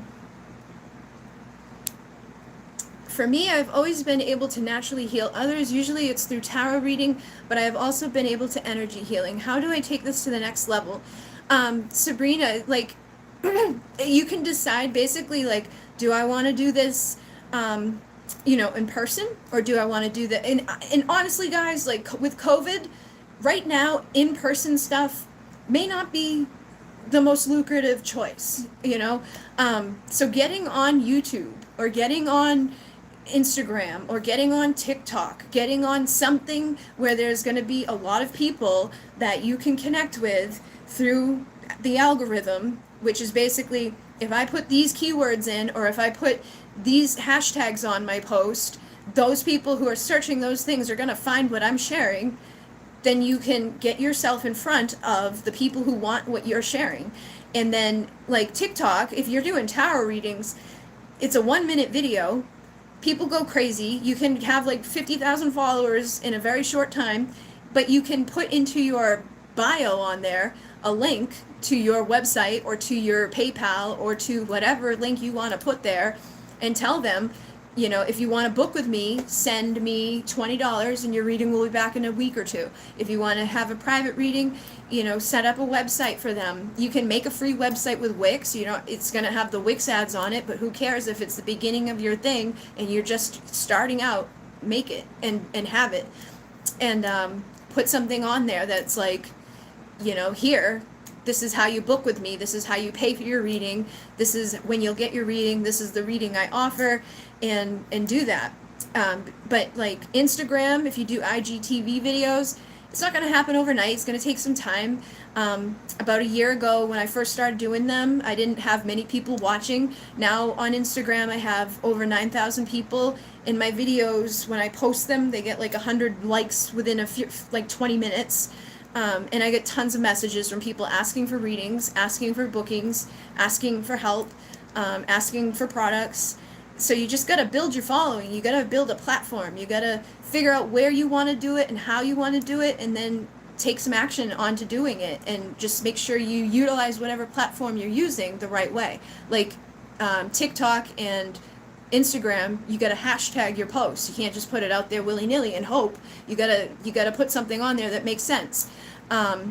And then, like with YouTube, you've got to put keywords in, or nobody's going to find what you're putting out there. And look at what other people are doing that you want to do, that are doing it successfully, and come up with a version of it that's yours, but very much mimics what they're doing, so that like it gets put into the same place, and position yourself as, somebody that knows what they're doing, somebody that has a picture, somebody that has, the name that matches the thing, has an email account that matches the name of their business, and, brand yourself, put yourself out there in a professional manner, and you'll slowly build what you need to build. You love my humor? I don't know what I did, but I'm weird. I made it. Hello, everyone. Be patient with your manifestations. Exactly. Every single TikToker, claim it. Oh my God, it's so funny. I'll go on and tick, tick, tick, tick, tick, tick, like 1,000. Claim it, claim it, claim it, claim it. I'm like, you can't all claim it. But I've sent that message to another reader once. I was like, I sent claim it, claim, claim, claim, claim, claim it, claim it, claim it. And she didn't know what I was doing. I'm like, it's TikTok. Oh, thank you so much. Wow, donations, guys. Thank you very much. See, I'm not even paying attention and there's money coming. I appreciate it very much, Olivia. I don't know if you had a certain question or anything, but don't be weird with the candle. Don't be, that's what I was being funny about. Thank you. Well, people do, like, and some people, I can tell sometimes if somebody's going to be successful with manifesting or not, just by the way that they ask me about it, like, and I try so hard to, like, steer them into the right direction, and, like, don't do that, don't worry about it, because, like, if you overthink it, if you overdo it, if you go into that direction of, like, because you can't go from, like, I'm not manifesting shit, I haven't thought about manifesting, and I'm just living my life, to, like, all day, every day, I've got a magic candle, and, like, getting weird with things. It's not going to work. You're going to block it. So healthy middle is like, okay, like this is my tool and it's helping me, and I'm not going to be a weirdo about it. I'm going to focus on it for, 5 or 10 minutes, and then I'm going to release it and trust that it's going to help and assist. And then I'm going to go live my life. And then tomorrow I'm going to, do another thing. Because getting into ritual is something too. Like if you have a ritual that you do every day, or a thing that you do every day, it becomes second nature and it becomes a part of your life. And that's why I have the daily things that I have you do, like the daily, affirmations, or the daily visualization, or connecting with something and usually I tell you to put affirmations into it, or whatever I say to do for that level. If you do it every day, after 30 days your body is like addicted to it, so it just becomes natural to do it, and it actually benefits you to do it. But you got to get through that initial 30 days to get somewhere. How can I use Alcyone Light Healing for losing weight? So I do have a video, yes, and post it on the mirror is good, because then every time you go pee, or every time you go like to the mirror, you're going to affirm. I do have a video on manifesting weight loss. It's called Manifest Weight Loss Fast. I can't remember exactly what I named it, but if you type in like weight loss Bridget Rao Divine Essentials, it should pop up. But I find that a lot of manifesting weight loss, like for me, I lost 50 pounds very, very quickly. And I talk about how I did that in that video. So if you want to watch that, you can definitely, probably benefit from listening to me talk about it for 30 minutes rather than this quick little talk. But usually if we're carrying extra weight, it's connected to something, either energetically or emotionally or physically. It could be, for example, you're maybe carrying a lot of extra weight around here, right? Like maybe you have a double chin, and you've got something going on up here where it's like extra stuff. And the reason I'm saying this is because I knew someone like that was very big up here, and every other part of her was small, and I was always like, why is that? It's because she lied all the time, and she wasn't speaking her truth, and she was like manipulative and just not authentic, and was just a narcissistic, person. And because of that, it was like this part of her body blew up. Now, that's not what I'm saying is going to be the case for everybody. It's just an example. Another thing could be like taking on everybody else's stuff, right? Like if you're a mom and you've got kids and you're worried about your kids and you're worried about, who's eaten and who's done this and who's got homework and blah, blah, blah, blah, blah, blah, blah. You might start to carry all of that down inside of your womb space, down your lower belly. You may get love handles or lower body fat, and that can be a sign that like you got to stop carrying everybody else's shit. You got to let it go. You got to release it on an energetic sense. And then like figuring out like those types of things are going to help. Just like figure out why you're carrying it, where you're carrying it, and then visualizing. Open the vortex, and when you're in the vortex, download the energy and frequency that you need to be your healthiest version of yourself. Because I did the opposite. I was like, hey, I want to be my skinniest version of myself. And I did this in the shower, and I visualized like all the fat coming off of me and like going down the drain. And also with candles, you can do this too, is like you can light the candle, and as the candle wax melts off of the candle, imagine that's your excess body weight melting off. It's a visualization. I also visualized my scale, the thing going down. I was at 150 and I was, manifesting it down. Within days, it was going down. And I lost 50 pounds within, very quick time. It actually got to the point where it was very unhealthy, and I'm still going back up now. But that's why I say manifest your healthiest size, because I said my skinniest size, but my skinniest size was from the time that I was a heroin addict, and I was like 90 pounds soaking wet and was unhealthy. So I went there again. And I was like, oh shit, this isn't what I meant. But it happened. So you want to say, I now manifest like my healthiest version of myself, and imagine that. What does that look like? What does that feel like? Imagine what that is on the scale, like, your height and weight, like what you're supposed to be healthy wise. you know, base it off of that, or base it off of a time that you were happy. And then think about it too. Were you ever happy? Because for me, I was never happy as a big person, and I was never happy as a small person. Right now, I'm like in between both places, and I'm still like, I'm not thrilled. Like, I'm not like, ooh, this is the best body ever. We need to work on that. We need to work on loving ourselves through mirror work, through self affirmations, through, you know, focusing on self-love of who we are. Because the more you love who you are in that mirror, and the more you accept who you are in that mirror, the more you're going to reflect into that mirror a beautiful version of yourself. Like, you can change the way you look. Like, I've changed dramatically over the years, you know, it up and down. I was 165 at my biggest, and then I was down to like 90 at my smallest.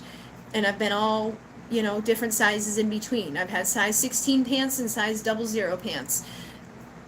And it's like, boom. But the problem, no matter what, no matter where I was that I didn't love myself enough. I wasn't accepting of who I am. The more that I am now, like the more when I look in the mirror and I'm like, you're a beautiful woman, you're attractive, you're intelligent, you're smart, you're doing a good job. Like, the more I'm happy with who I am, and the more I reflect that to myself, and the more I reflect that to others. So try that.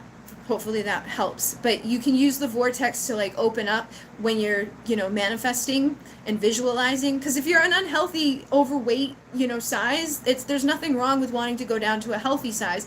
But if you're just unhappy, like because you think whatever, make sure it's not that. Make sure that it's like if you're healthy and you're normal and average, you're not trying to become like a supermodel weird thing, because that's not healthy. You also have to cleanse yourself before manifesting. I'm in love with someone. Can two unite in a committed relationship? Do we have a future together? I'm not doing readings right now, but you know, I'm sure you can manifest a healthy relationship, but you got to look at both. That's the problem with relationships. That's why the twin flame, I do the twin flame. That's why Alcyone Light Healing is for twin flames as well as starseeds, light workers, healers, and empaths. But I didn't focus it just on twin flames, because I find that in the twin flame community, it becomes like a rabbit hole of like obsession, and then it becomes very unhealthy. So I didn't want to focus any of Alcyone Light Healing just specifically on that unhealthy like attachment thing. But I wanted to give people tools that would help them to be healthy version of themselves, so that can be mirrored to them in their relationships. So if you want a healthy relationship with somebody and they're meant to be with you, the best thing to do is become the best you that you can be. Improve yourself, improve the way you're showing up in a relationship. Because a lot of times I find in the twin flame thing is like, I met someone I liked, they started to back up, so I chased the hell out of them until they took off, and now I want them back, and they're still running, but they come back, and when they come back, I chase them again, and they run away, and it's because of the unhealthy attachment, or it's like a codependent thing that needs to be looked at. In some cases, it's not that, but I find that to be a big one that's like, a grandeur around twin flame relationships. Soulmates are easy.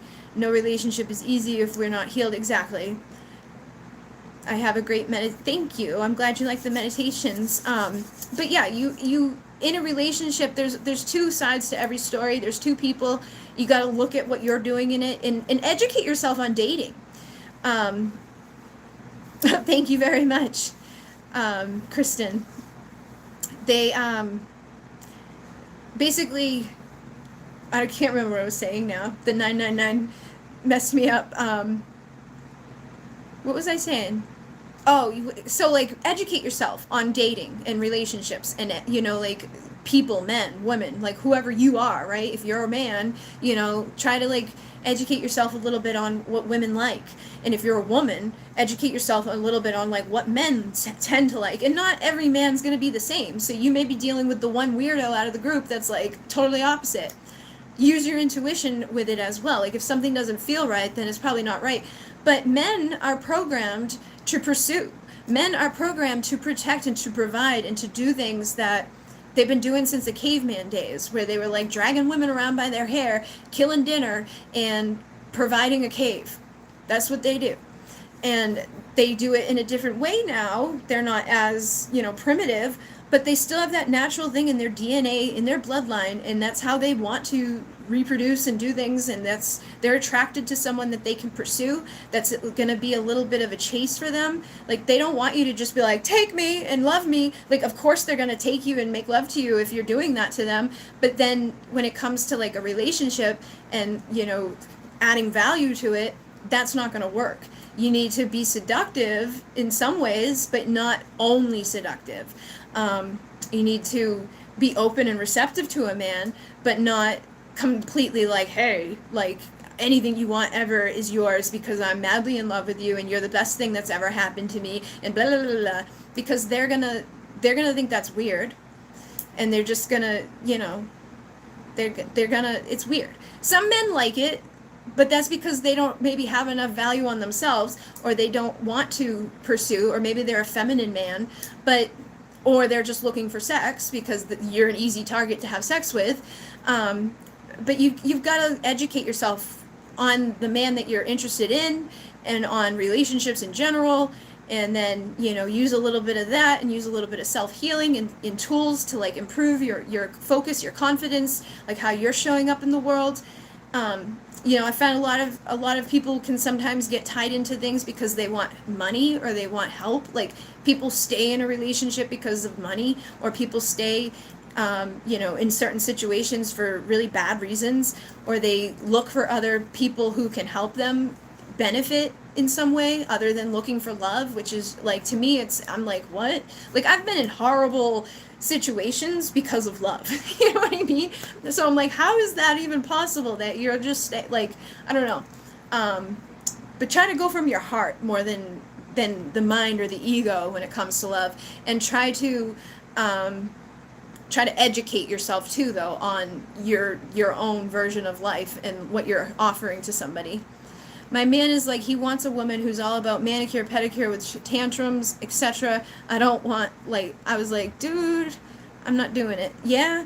And that's the thing too. Sometimes we're just like, somebody may be attracted to something that we just can't provide, and we don't want to force it or fake it, because, like, for me, I'm not that type of girl. Like, I go get manicures, but like, I wait until, like, these nails need to be filled. Like, these nails I've had since October, and we're now December.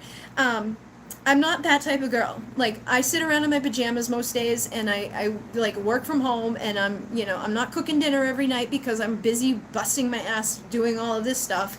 But back when I had my 10-year relationship, I cooked him dinner every night. I did his laundry every day. I did, whatever he wanted. I put him to bed at night, with different ways of doing that, if you know what I mean. And I basically treated him like a child almost, and took care of him in every way. But now is my time, and I'm not even interested in looking for a man right now. I'm like, I don't want one, because they just hold you up, and they just like take time and energy and effort, and I don't have that. I don't want that. Why men aren't putting us to bed, though? Will be fun. Exactly. Like, and that's the thing. Manifest someone in that works for you. Like, for me, if I was going to date someone, they'd have to be cool with the fact that, like, I'm not available 24/7, and that I'm not down to bang every day. Like, I've got a life, and I'm building a career, and gonna put myself into a place to be able to take care of myself for the rest of my life, regardless of what happens between us, regardless of what happens, with family members or whatever. I'm putting me first and doing what I need to do to get where I need to be for me. Like, that's what this time is all about. Most people my age are like wanting to spit out babies and have, a husband and things like that. I'm not really focused on that. I don't want kids. I don't want to do that whole thing. I want to do my thing, and then, like, my sister's kid can take care of me when I'm old.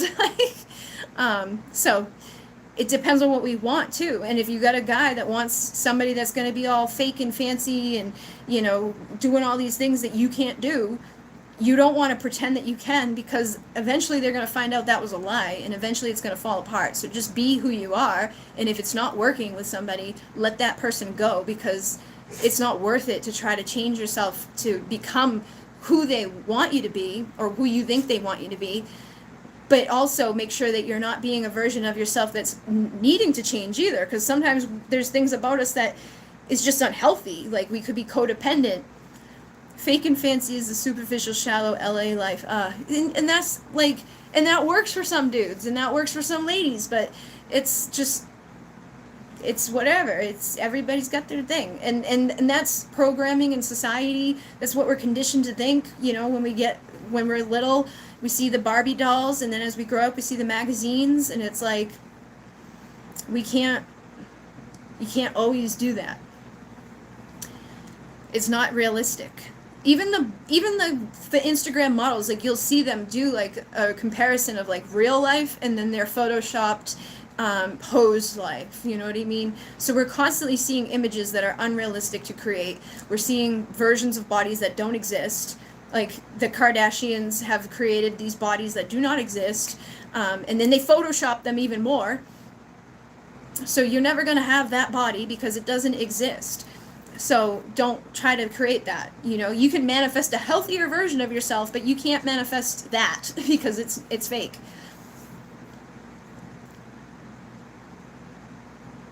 Oh no. Did you try to talk to him, Heather?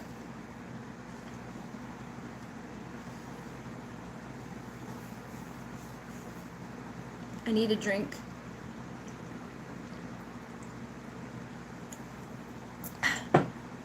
I'm so tired that I need caffeine to stay awake.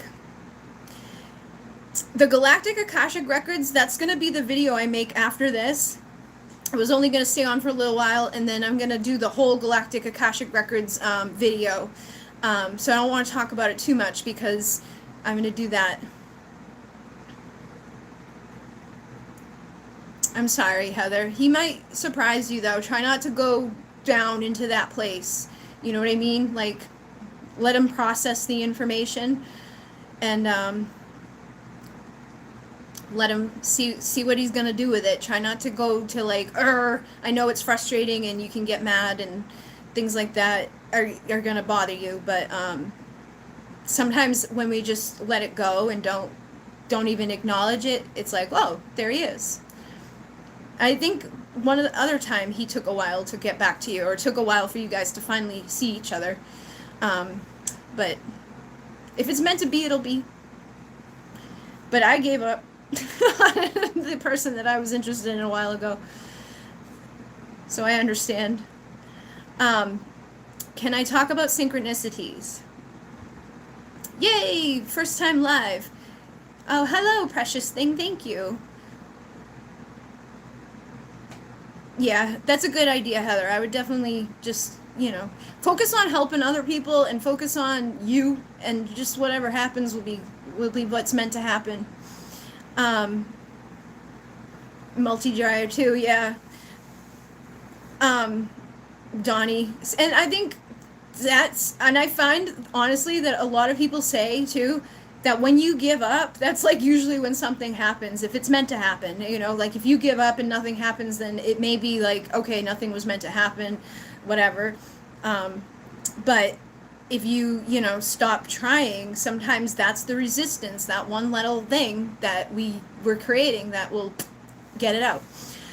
So with the synchronicity question, basically synchronicity, I feel, is like the way the universe shows you that you're manifesting, that you're in alignment, that you're in abundance, or that you're doing something, or they want you to pay attention to something. So it depends on what you're seeing. Like, the numbers are a perfect example. Like, I see a lot of the sequences all day, every day. Like, if I shared every single one that I got, I'd be obnoxious because I see them constantly. It doesn't help that my prices on stuff are like $33 or $55, but I see them even without that. Like the time, or like a license plate in front of me, or, whatever, how much my food was. Every day you see 222. So the twos, for me, and that's the important thing too, is like, everybody's gonna have their own little version of stuff. So for me, as twos are like partnership. Twos are like the thoughts that you're thinking are now manifesting. One is like, pay attention, we're trying to get your attention, wake up. Ones can also be like twin flames, pay attention to that, like something to do with your twin flame, or something to do with awakening. But then the 2s are like, hey, those things that you've been thinking are making their way to you. So if you've been thinking negative things, stop it. And if you've been thinking good things, yay, because those things are coming. 3 is the Ascended Masters. It is transformation, transmutation. 4 is your foundation. 4 is like the pillar, like the 4 pillars. It's your foundation. It's also the angels are with you. 5s are about change. And a lot of people get weird with that one. They think it's like fearful and it's like, oh, change. But most of us want things to change about our lives or what we're doing.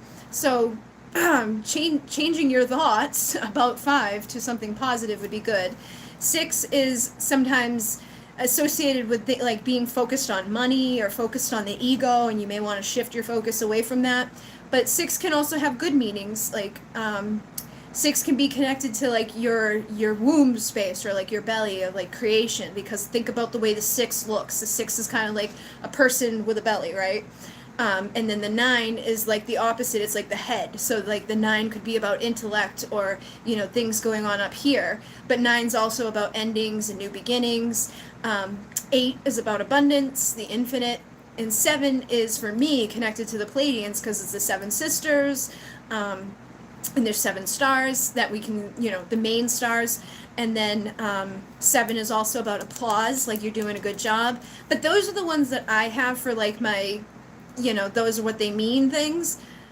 Every time I see them, they hold a different energy or frequency. Every time I'm connecting with a synchronicity, my thoughts on 1, 2, 3 is progression.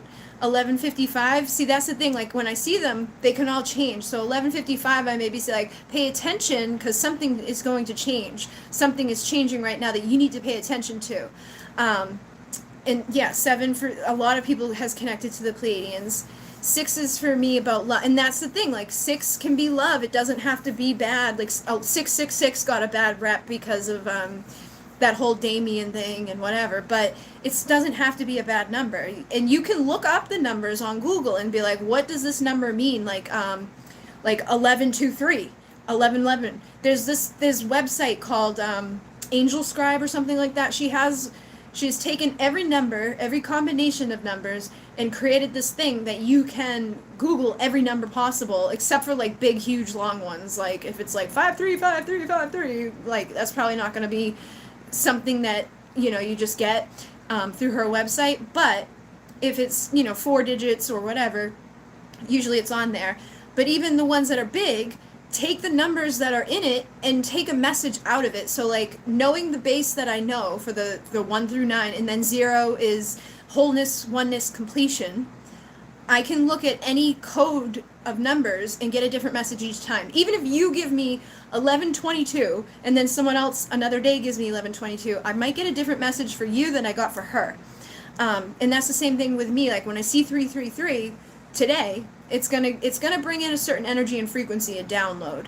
But then if I see it tomorrow, it might have a totally different energy, frequency, and download, or that it's connected to a totally different thing.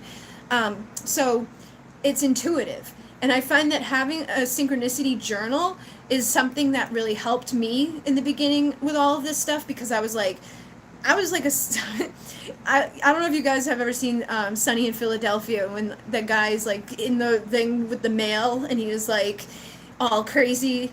Like that's how I was, where I, you know, pinning stuff, like I gotta figure it out, I gotta know where this is and where it leads to and what's the secrets of the universe and why are we here, and I was crazy. But I started tracking my synchronicity, and you know, it helped me to put the pieces together.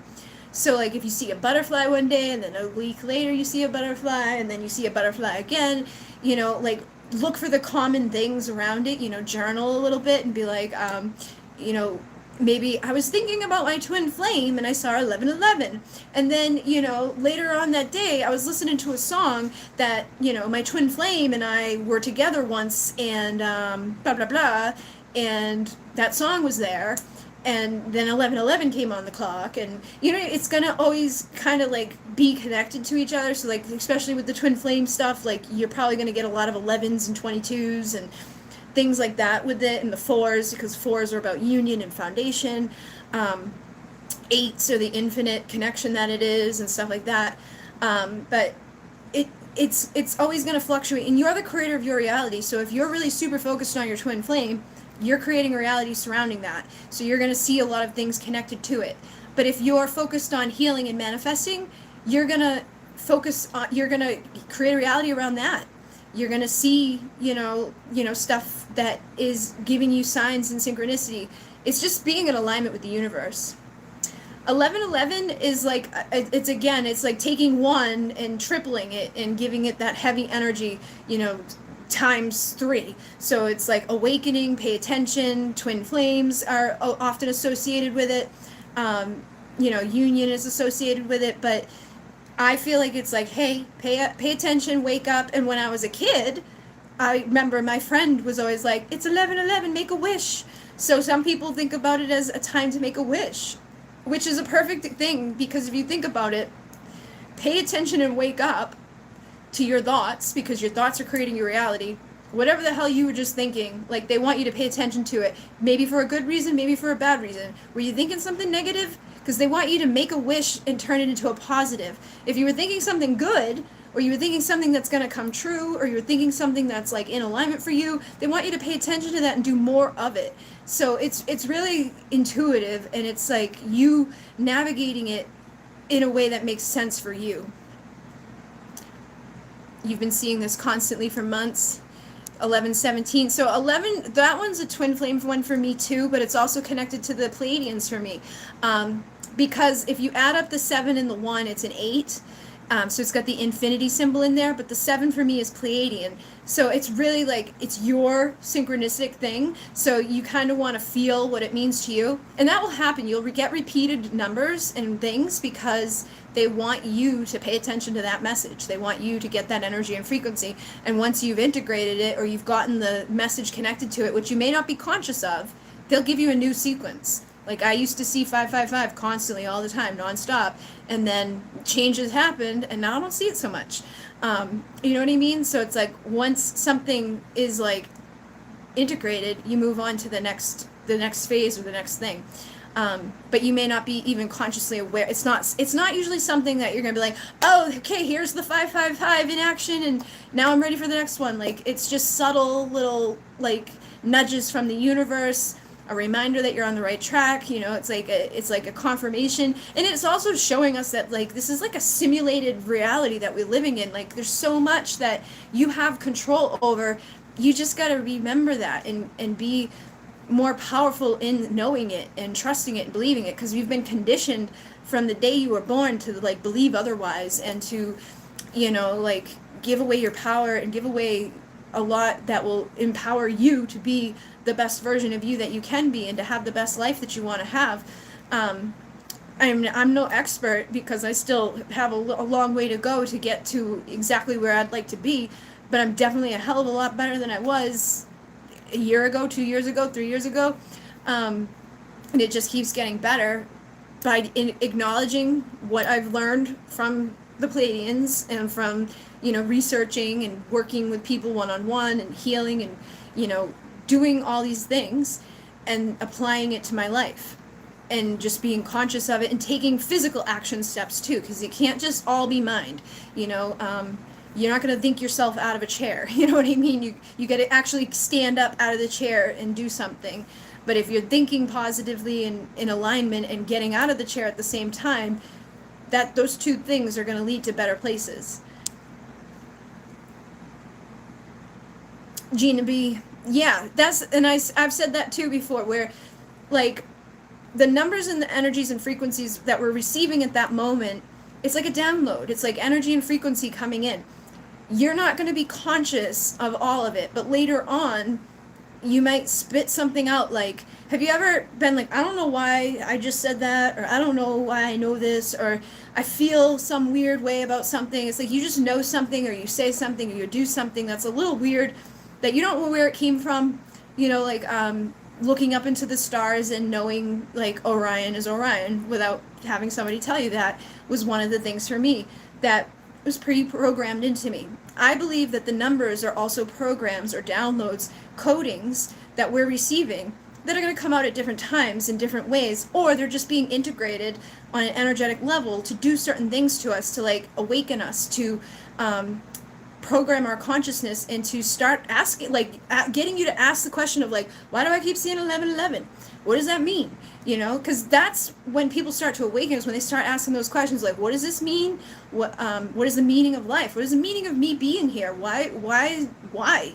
You know, and that's what gets people to wake up. That's what gets people to start doing stuff that empowers them and heals them and gets them into a better position. So I feel like it's all connected and that they all kind of have their purpose. But yeah, that's another way of looking at it, is like, you may not consciously get the full information in that moment, but it's doing something, because why else are you constantly seeing it? Like, it's there for a reason, and it's usually like one day they come in and then they never stop. So I definitely feel like it's bigger than just like, it means pay attention, you know? I have a weird question. If I make my reality and I say someone is my counterpart and thoughts create reality, will it be manipulating him to be stuck with me? Well, the thing is, we all have free will. So if he does not believe that, and if he doesn't want that, then you can't manipulate him into that. You can manipulate yourself. That's the thing, like, and that's a very touchy subject, and I try not to freak people out or be the asshole or be the bad guy, because a lot of people get upset when you talk about the fact that, like, not every single person that's dealing with somebody that thinks is their twin flame is their twin flame. And a lot of times there's unhealthy parts of people that are making them think that this person is their twin flame when there's really no reason for them to do so. You know what I mean? It's maybe they were rejected and now they're upset about that, and they have a codependent attachment style, or they have like an anxious attachment style, and they want that person to be the one, you know, so they make it bigger than them, and they make it grandiose, and they make it, you know, this reality that, you know, is unshakable. It's the divine, and then it becomes unhealthy, and it may not be what they want it to be. And you know, I get people who ask me questions and, you know, will say things in their questions that I'm like, oh my God. And it's like, it's hard. It's a hard place to navigate through, because I never want to be the bad guy or tell people, like, you might be crazy. But there is that thing. And I think it just depends on, like, a divine knowing. It's like, you can feel it inside if they are or they aren't. So if they really are, you're not manipulating them. And if they aren't, you're not going to be able to, like, make them become it, because they're not, you know, and they have free will, and they're not that person. The real one will show up when they're supposed to, if they're supposed to, because some people are here without one. Some of us have one in the higher dimensions. Some of us have one that we're not meant to unite with for lifetimes. Some of us are here for lessons that, you know, we got to clear up. And not everybody is, and this is the thing, everybody wants the fairy tale romance of, like, we're twin flames and we're going to go against all adversity and we're going to have this magical union and things are going to be amazing and blah, blah, blah. But you're dealing with a human being that has their own mind, their own choices, and their own life. So unfortunately, we can't create their world. We can create ours and really limit ourselves by staying stuck on one thing. Or we can create a reality where we, you know, maybe they're our twin flame, and if that's the case, then I'm going to give it over to the universe, and I'm going to let their free will dictate what they do about that, and I'm going to live the best version of me that I can be. And if that attracts that person into my reality, great. If it doesn't, then I guess I'm not meant to be with that person. But that took me a while to get to there. You know, I was at that point before where I was crazy, you know, obsessed and wanting to make that person do things and wanting, you know what I mean? Like, I want them to talk to me. Like, why won't they answer me? Like, I was crazy, like, messaging all the time and just doing things that I shouldn't have done, which made it so that it was worse in the end. Like, if I had just let it be normal, half the problems would have never existed, and I wouldn't have pushed that person away. So, now I just am like, I ain't never gonna message you again. And I'm, like, embarrassed of myself for what I did. So, like, now I don't even, like, want to be around that person because I feel weird and awkward. So now I've put myself into a place of, like, I'll see you in 10 years. All right. I was thinking just now, who the hell, as the kid I saw in a dream, the vision I saw my nephew before he was born, even hard to believe, but truth, and my dad with a female kid, and I was holding it. That's cool. I'm not sure if you meant to say who the hell, as I think you said as a kid you saw, but that happens. You probably have clairvoyance, or you saw the timeline and knew that that was going to happen. Was a female cat. I think it was my daughter, but I'm not sure. That can, I know for a fact that like our animals can hold souls of other people. You know what I mean? Like somebody can incarnate into a physical, like a person can pass and become an animal, you know, and be in your life again in that way. My dog is, I swear to God, has the soul of my ex who passed. And he just does things, and he is just so much like him. And they never met because he passed before I ever got this dog. And then I had meditation. I did a soul retrieval to see like my, like where I came, not a soul retrieval. I did a soul, I can't think of the name of it for some reason, but I went all the way back to like my origin, like my, where I come from in past lives. And I saw us together in Egypt where he was my lion. So, and then just recently last weekend, somebody that's taking Alcyone Light Healing messaged me, and she was like, during the Egyptian activation, or during one of the activations that she did, she saw her and her sister working on me, which she's had this vision before, but this time she was in Egypt, and there was these big pillars around, and I when I was with him in Egypt, saw these big pillars, these big marble pillars. So it's like she must have been a part of that life too. But I know her personally, like she comes to my house for events and stuff. But it's like that synchronicity, that's confirmation that I'm not crazy, that like she's seeing the same vision that I've been seeing about that lifetime. And she was working on me, and I was like all in this like silver gold, I can't remember exactly what she said, but I had like an armor on, and they were working on me, just like they've done in person here before, because I taught them the new paradigm, and they worked on me in a healing session. And during that healing session, she saw us in, you know, that type of environment, but she didn't have all those details that she had the second time that she had this vision. And she didn't know about the lion vision, so I know she's not making it up. But those are how we figure things out. How do we access our Akashic records? I've done so many meditations, including yours, through Alcyone Light Healing, and I see nothing blank. So sometimes we're just not prepared, or just not ready to see them. Like when you do other meditations, when you do other things, do you receive stuff? Like if you're usually like able to see something in your mind's eye, or you're usually able to feel something or know something, but when we try to do one specific thing and it doesn't work, then it may just be that you're not ready to do that yet, or that there's something that your guides just don't want you to see yet, or that you don't want to see yet, because again, your oversoul, your I am presence makes like the final call on most stuff. So if it's like something that's not going to serve you, or it's something that's not going to be good, I just saw 15544 as I was saying that, then it may just not be the time for you to do it. You know, I've given all the ways that I can, you know, come up with. Actually, the video I'm going to record after this is about the Galactic Akashic Records. So, take all of the things that I say in that and apply it, and see if that helps you, because maybe you're not meant for the earthly ones, maybe you're meant for the galactic ones. But see what happens with that. And I don't want to talk about it now and then record a whole video on it, so that's why I'm avoiding that Akashic question about the galactic ones. But hopefully the galactic ones will help you. If not, it may just not be time for you yet. But you can keep using those tools that we have, like automatic writing, connecting with crystals, doing meditation.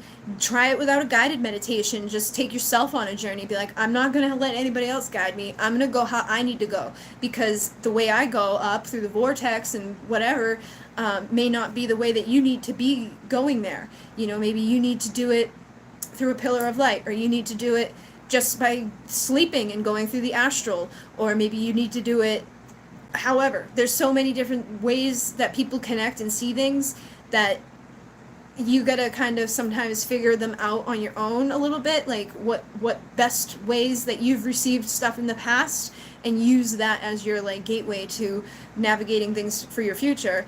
But there, like I said, it may just not be the time, or the frequency may not be right, because it's a high frequency, and sometimes we need to like shift. Like I don't go up there that often. I don't see that stuff like like, I don't see a whole lot. Like, I see, but I just know what I see. Like, I don't get to see the video that everybody else gets to see. Like, I don't see, like, like in my mind's eye, like a lot of people do. I just know what's there, and I tell you what's there, and I get confirmation about what's there when other people see it before I even say it. Like with the dolphin meditation recently, somebody was like, right as you said blah blah blah, I had already seen that. And I get that a lot, where people are like, I saw it before you said it. So I know that I'm correct in what I'm seeing, but I don't get to see it with my eyes.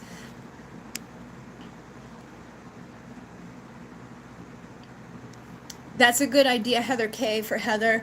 Um, yeah, I wouldn't do anything, like, or send anything or make any physical actions. I would just let it be for now, and process, because it's going to be fresh right now. It's going to be upsetting right now, and that's what these things do. Is it's like they trigger the shit out of you. That's what they're like. The video I just did for Divine Darlings before I did this one was a twin flame one, and I was saying how right now is a time where people are getting triggered, or like going through stuff with, like, they're getting mirrored things that they need to look at, or things that they don't want to look at, or things that they like don't want to deal with, or depression and darkness, and it's like a gloomy time for some reason right now. And literally, the Instagram one I did last night, every single comment that I saw so far, was, I'm extremely depressed, I'm miserable, and I'm happy, blah, blah, blah. And that's the type of energies that are coming through. So he may just be miserable, unhappy, and depressed, and doesn't want to answer because of that. It may not be because he doesn't like you, or that it's something that you did. It may be him. And like, I get that way. Like, when I'm depressed, I don't want to answer to people. Like, there was 6 solid months that somebody tried to contact me when I was depressed that last time, where I didn't leave the basement or shower or do nothing. I didn't answer her that whole time. But then after the 6 months was up and I came out of that depression, I finally answered her, and she was my best friend, and things were great. But when you're depressed or you're not good, it's like, you don't want to talk to somebody, you don't want to bring them into that, you don't want to deal with it. So try not to take it personally, and try not to do anything out of a place of like, I did this, and because I did this, they haven't done anything, and it's making me upset. Because usually we make choices that we later regret, or that, aren't coming from the best frame of mind. So I would just process and go with the flow.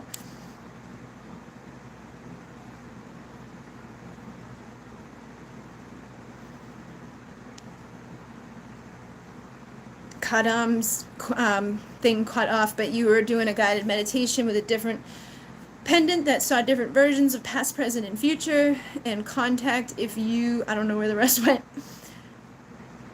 For me, I've had people around me tell me things that I was like, wait, what? I believe the spirit's talking through them. Yes, that can definitely be the case too. You can have people just say things that like are very significant to you that they have no idea that they just said to you, or did whatever to you. But that can be, something that happens. Or you can have a lot of spiritual people show up in your life. Or like for me, I started manifesting a lot of mother-like people into my life for a while, and it was right around the time before my mother died. It was weird. It was like I had like 5 or 6 women in my life, that actually more than that, that were all like, I feel like your mom. Like the one that I was just talking about, who saw the vision of us, she feels like a motherly type connection to me. So does her sister. The woman that owns this house that I rent, she feels a motherly like connection to me, and has given me her mother's ring. Like she's given me items that are part of her heirlooms, like her family's heirlooms, because she feels that connection to me. And then I had 3 other ladies that felt that. So you may have things like that, synchronistic or weird things that happen. And then I talked to someone else today, the person that said that she thinks I saved her son's life. She also feels like a mother-like connection to me. My real mother was not always the best mother. She was an addict. She, had her things. I usually took care of her. Like I did a lot of stuff to help her, money-wise and health-wise, and just things like that. And she died very young. She was only in her 50s when she died. So I feel like all of those other mothers have come in to kind of like make up for the lack of the mothering energy that I received from my mom. But that's just my take on it. And then there's other things too. But you may have people show up in your life like that, that are like giving you the lack of what you know, had, or are teaching you a certain lesson on mothering, or teaching you a certain lesson around something specific. So just pay attention to those things that stick out to you and make note of them, because they're specific for you, they're going to be important to you, and they're going to help you, but they're going to be different for everybody. I can intend to clear the skies. Yeah, I can do that too. Didn't notice till recently that whenever I was in great despair, it poured rain, and it would give me peace, like a cleansing. Yeah, the rising Antigone, or I don't know, Antigone. I don't know what that says. I figured that out back when I was waking up, and like, you guys can try this. I wouldn't do too much. You don't want to manipulate it too much, because then you can have like a backlash of stuff. But you can manipulate the weather, or like clouds. Like, I would start off with cloud dissipation. I wouldn't be like trying to manifest storms and shit. But if you go outside, or you sit somewhere where you can see outside, and you look at a cloud, you can, you know, dissipate it. You can like start in the middle or start on the end, do whatever you want. Like, I used to be able to show my mom, you know, like sitting outside with her, watch, I'm gonna do this one, and like she'd try to like disprove it, or be like, oh, that one was dissipating anyways. So I'd be like, all right, let's take this big fat one that's like, you know, right here, start in the middle and dissipate it. And like, you just put your hand up, or do it with your eyes, and just see it going away. And that's like the easiest way to start that off. And just like imagine it going, and it will go. And you just gotta trust, believe, and feel it, and do it. You know, try to start off with like a little one that's like easy to do, because it's just rain. You know, it's just precipitate. I can't say anything tonight. Precipitation, and it's just gonna dissipate anyways. So, you know, try to do that with your intention in your mind. And once you do it, you can see that you can manifest stuff. You can change this reality. I've had such crazy shit happen up in the sky. Like, I've seen a bird get stuck. Like, the bird's flying, but it's not moving. Like, it was like, it was flying and coming, and then it stopped, and it's stuck. And it just kept flapping its wings, and it didn't move for like 5 minutes in the same spot. And then it finally moved. And I moved all around, because I was like, this is crazy. And I was like, is this me, or is this happening? And it was happening. So a lot of this world is like a matrix reality. And there's a lot of like glitches that happen when you wake up, and you start to see them, and you start to experience them. And you, like with the dogs and stuff, like I always see dogs that are not here. I trip over nothing. Like, I think it's a dog, and there's no dog there. In my dog that passed, you know, he shows up a lot. It's just, there's a lot that happens in the world that we can connect with, and see, and change, and manifest, and manipulate. But we've been on for 2 hours, guys, and I am getting tired, and I still have to do, yes, there's so many signs too. I started to do when I learned, yeah, Dr. Emoto, and it worked. Big reality wake up for me. Yeah, Dr. Emoto talks about positive affirmations and the power that they have over the water too. Like, if you freeze water molecule and you look at the molecules through a microscope, if you write the words "I hate you" on one glass, and you write the words "I love you" on another glass, look up Dr. Emoto, Emoto, and you'll see his water experiments. The one that says "I hate you" is going to look polluted. Like, if you compare it next to water that comes from a polluted pond or something, it looks exactly like it. Now, the one that you say "I love you" to, or something beautiful and positive to, or you play nice music to it, or you know, do something good to it, when you freeze it, it looks like a snowflake, or it looks like very beautiful, high vibrational. It like has patterns inside of it. But if you're mean to it, or you say "I hate you," or you put fear or low vibrational words, or speak to it, or play rock music, certain music, it will mess it up, and it will make it look polluted, and it will be all icky and ugly. So think about that, because you're made up of all that water. So if you're talking negatively to yourself, or you're, you know, doing things to yourself that are not beneficial, that's how the inside of you is going to radiate. So talk to yourself positively, you know, wear shirts that say stuff on them that are good. You know, think about it, because it literally within 24 hours that would happen. They did it with rice too. If you put the words on rice, like in a container, do a plastic container of rice on each side, cooked rice, the one side will stay really good and the other side will get all nasty and moldy and icky. Same thing with plants. If you talk really good to one plant and you're mean to the other, the good plant will grow and the other one will die. And they've done this in science to prove it, so it's not crazy woohoo stuff. But I'm going to go, guys, because I need a little bit of a break, and then I've got to do what do you call it? The Galactic Akashic Records. Thank you so much, A.A. Karma. And yep, Heather's talking about the plants too. Antigone, okay. But thank you guys so much for joining me tonight. Hopefully I was able to answer some questions for you. I don't know if I got your answers for Alcyone Light Healing all covered, but I'm thinking maybe I'll do this every level or every other level. That way we can connect and check in if you have specific questions about something that I did or something that I said that you didn't really follow through. And anytime you have something like a big question that you really need an answer to, or if like you try to pay on Vimeo and it didn't work, or you know, something technical or something that you just like need help with, you can email me. That's the best way to get me. 99% of the time I'll answer an email. The only time I don't is if I open it and I forget. Because like sometimes I open an email and if it's long or if it's like I just get distracted for that minute, I forget about it and then I don't answer it and then I think about it like 3 weeks later. So just always know that for the most part I'm going to answer the email, and if I don't answer it within a week, then try again because I do try to get them back to you. But I do sometimes get distracted. My sister told me today I have Lyme brain or Lyme fog, and I was like, maybe.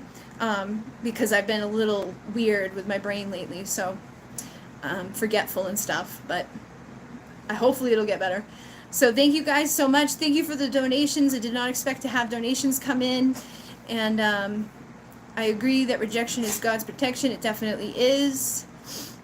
Maybe you'll answer my question next time. Thank you. You helped me help so many tonight. Oh, I'm sorry I didn't get to you, Olivia. What was your question?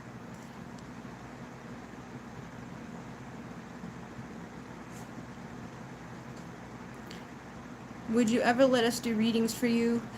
Yeah, if you want to do a reading for me, you can do a reading for me. You're welcome. I try to answer people's comments, but lately it's been harder for me to get to everybody.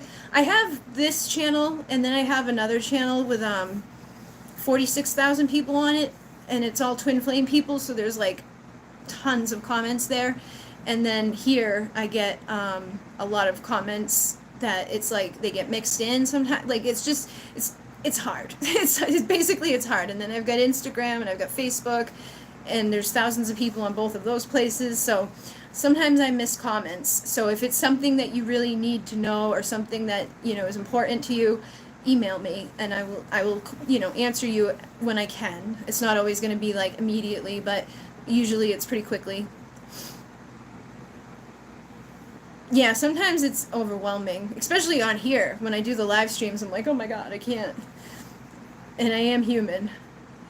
You emailed me before you left for the trip, nothing major, just a weird affirmation. Oh, I saw that and I didn't open. And that's the thing too, like sometimes I see it and I don't open it right away, but I will open it. Like, and it goes down because every time someone buys something from Etsy, every time I make a purchase through Amazon, every time like my sister puts a deck order in, every time someone buys something off my website, it's like, you know how many emails I get?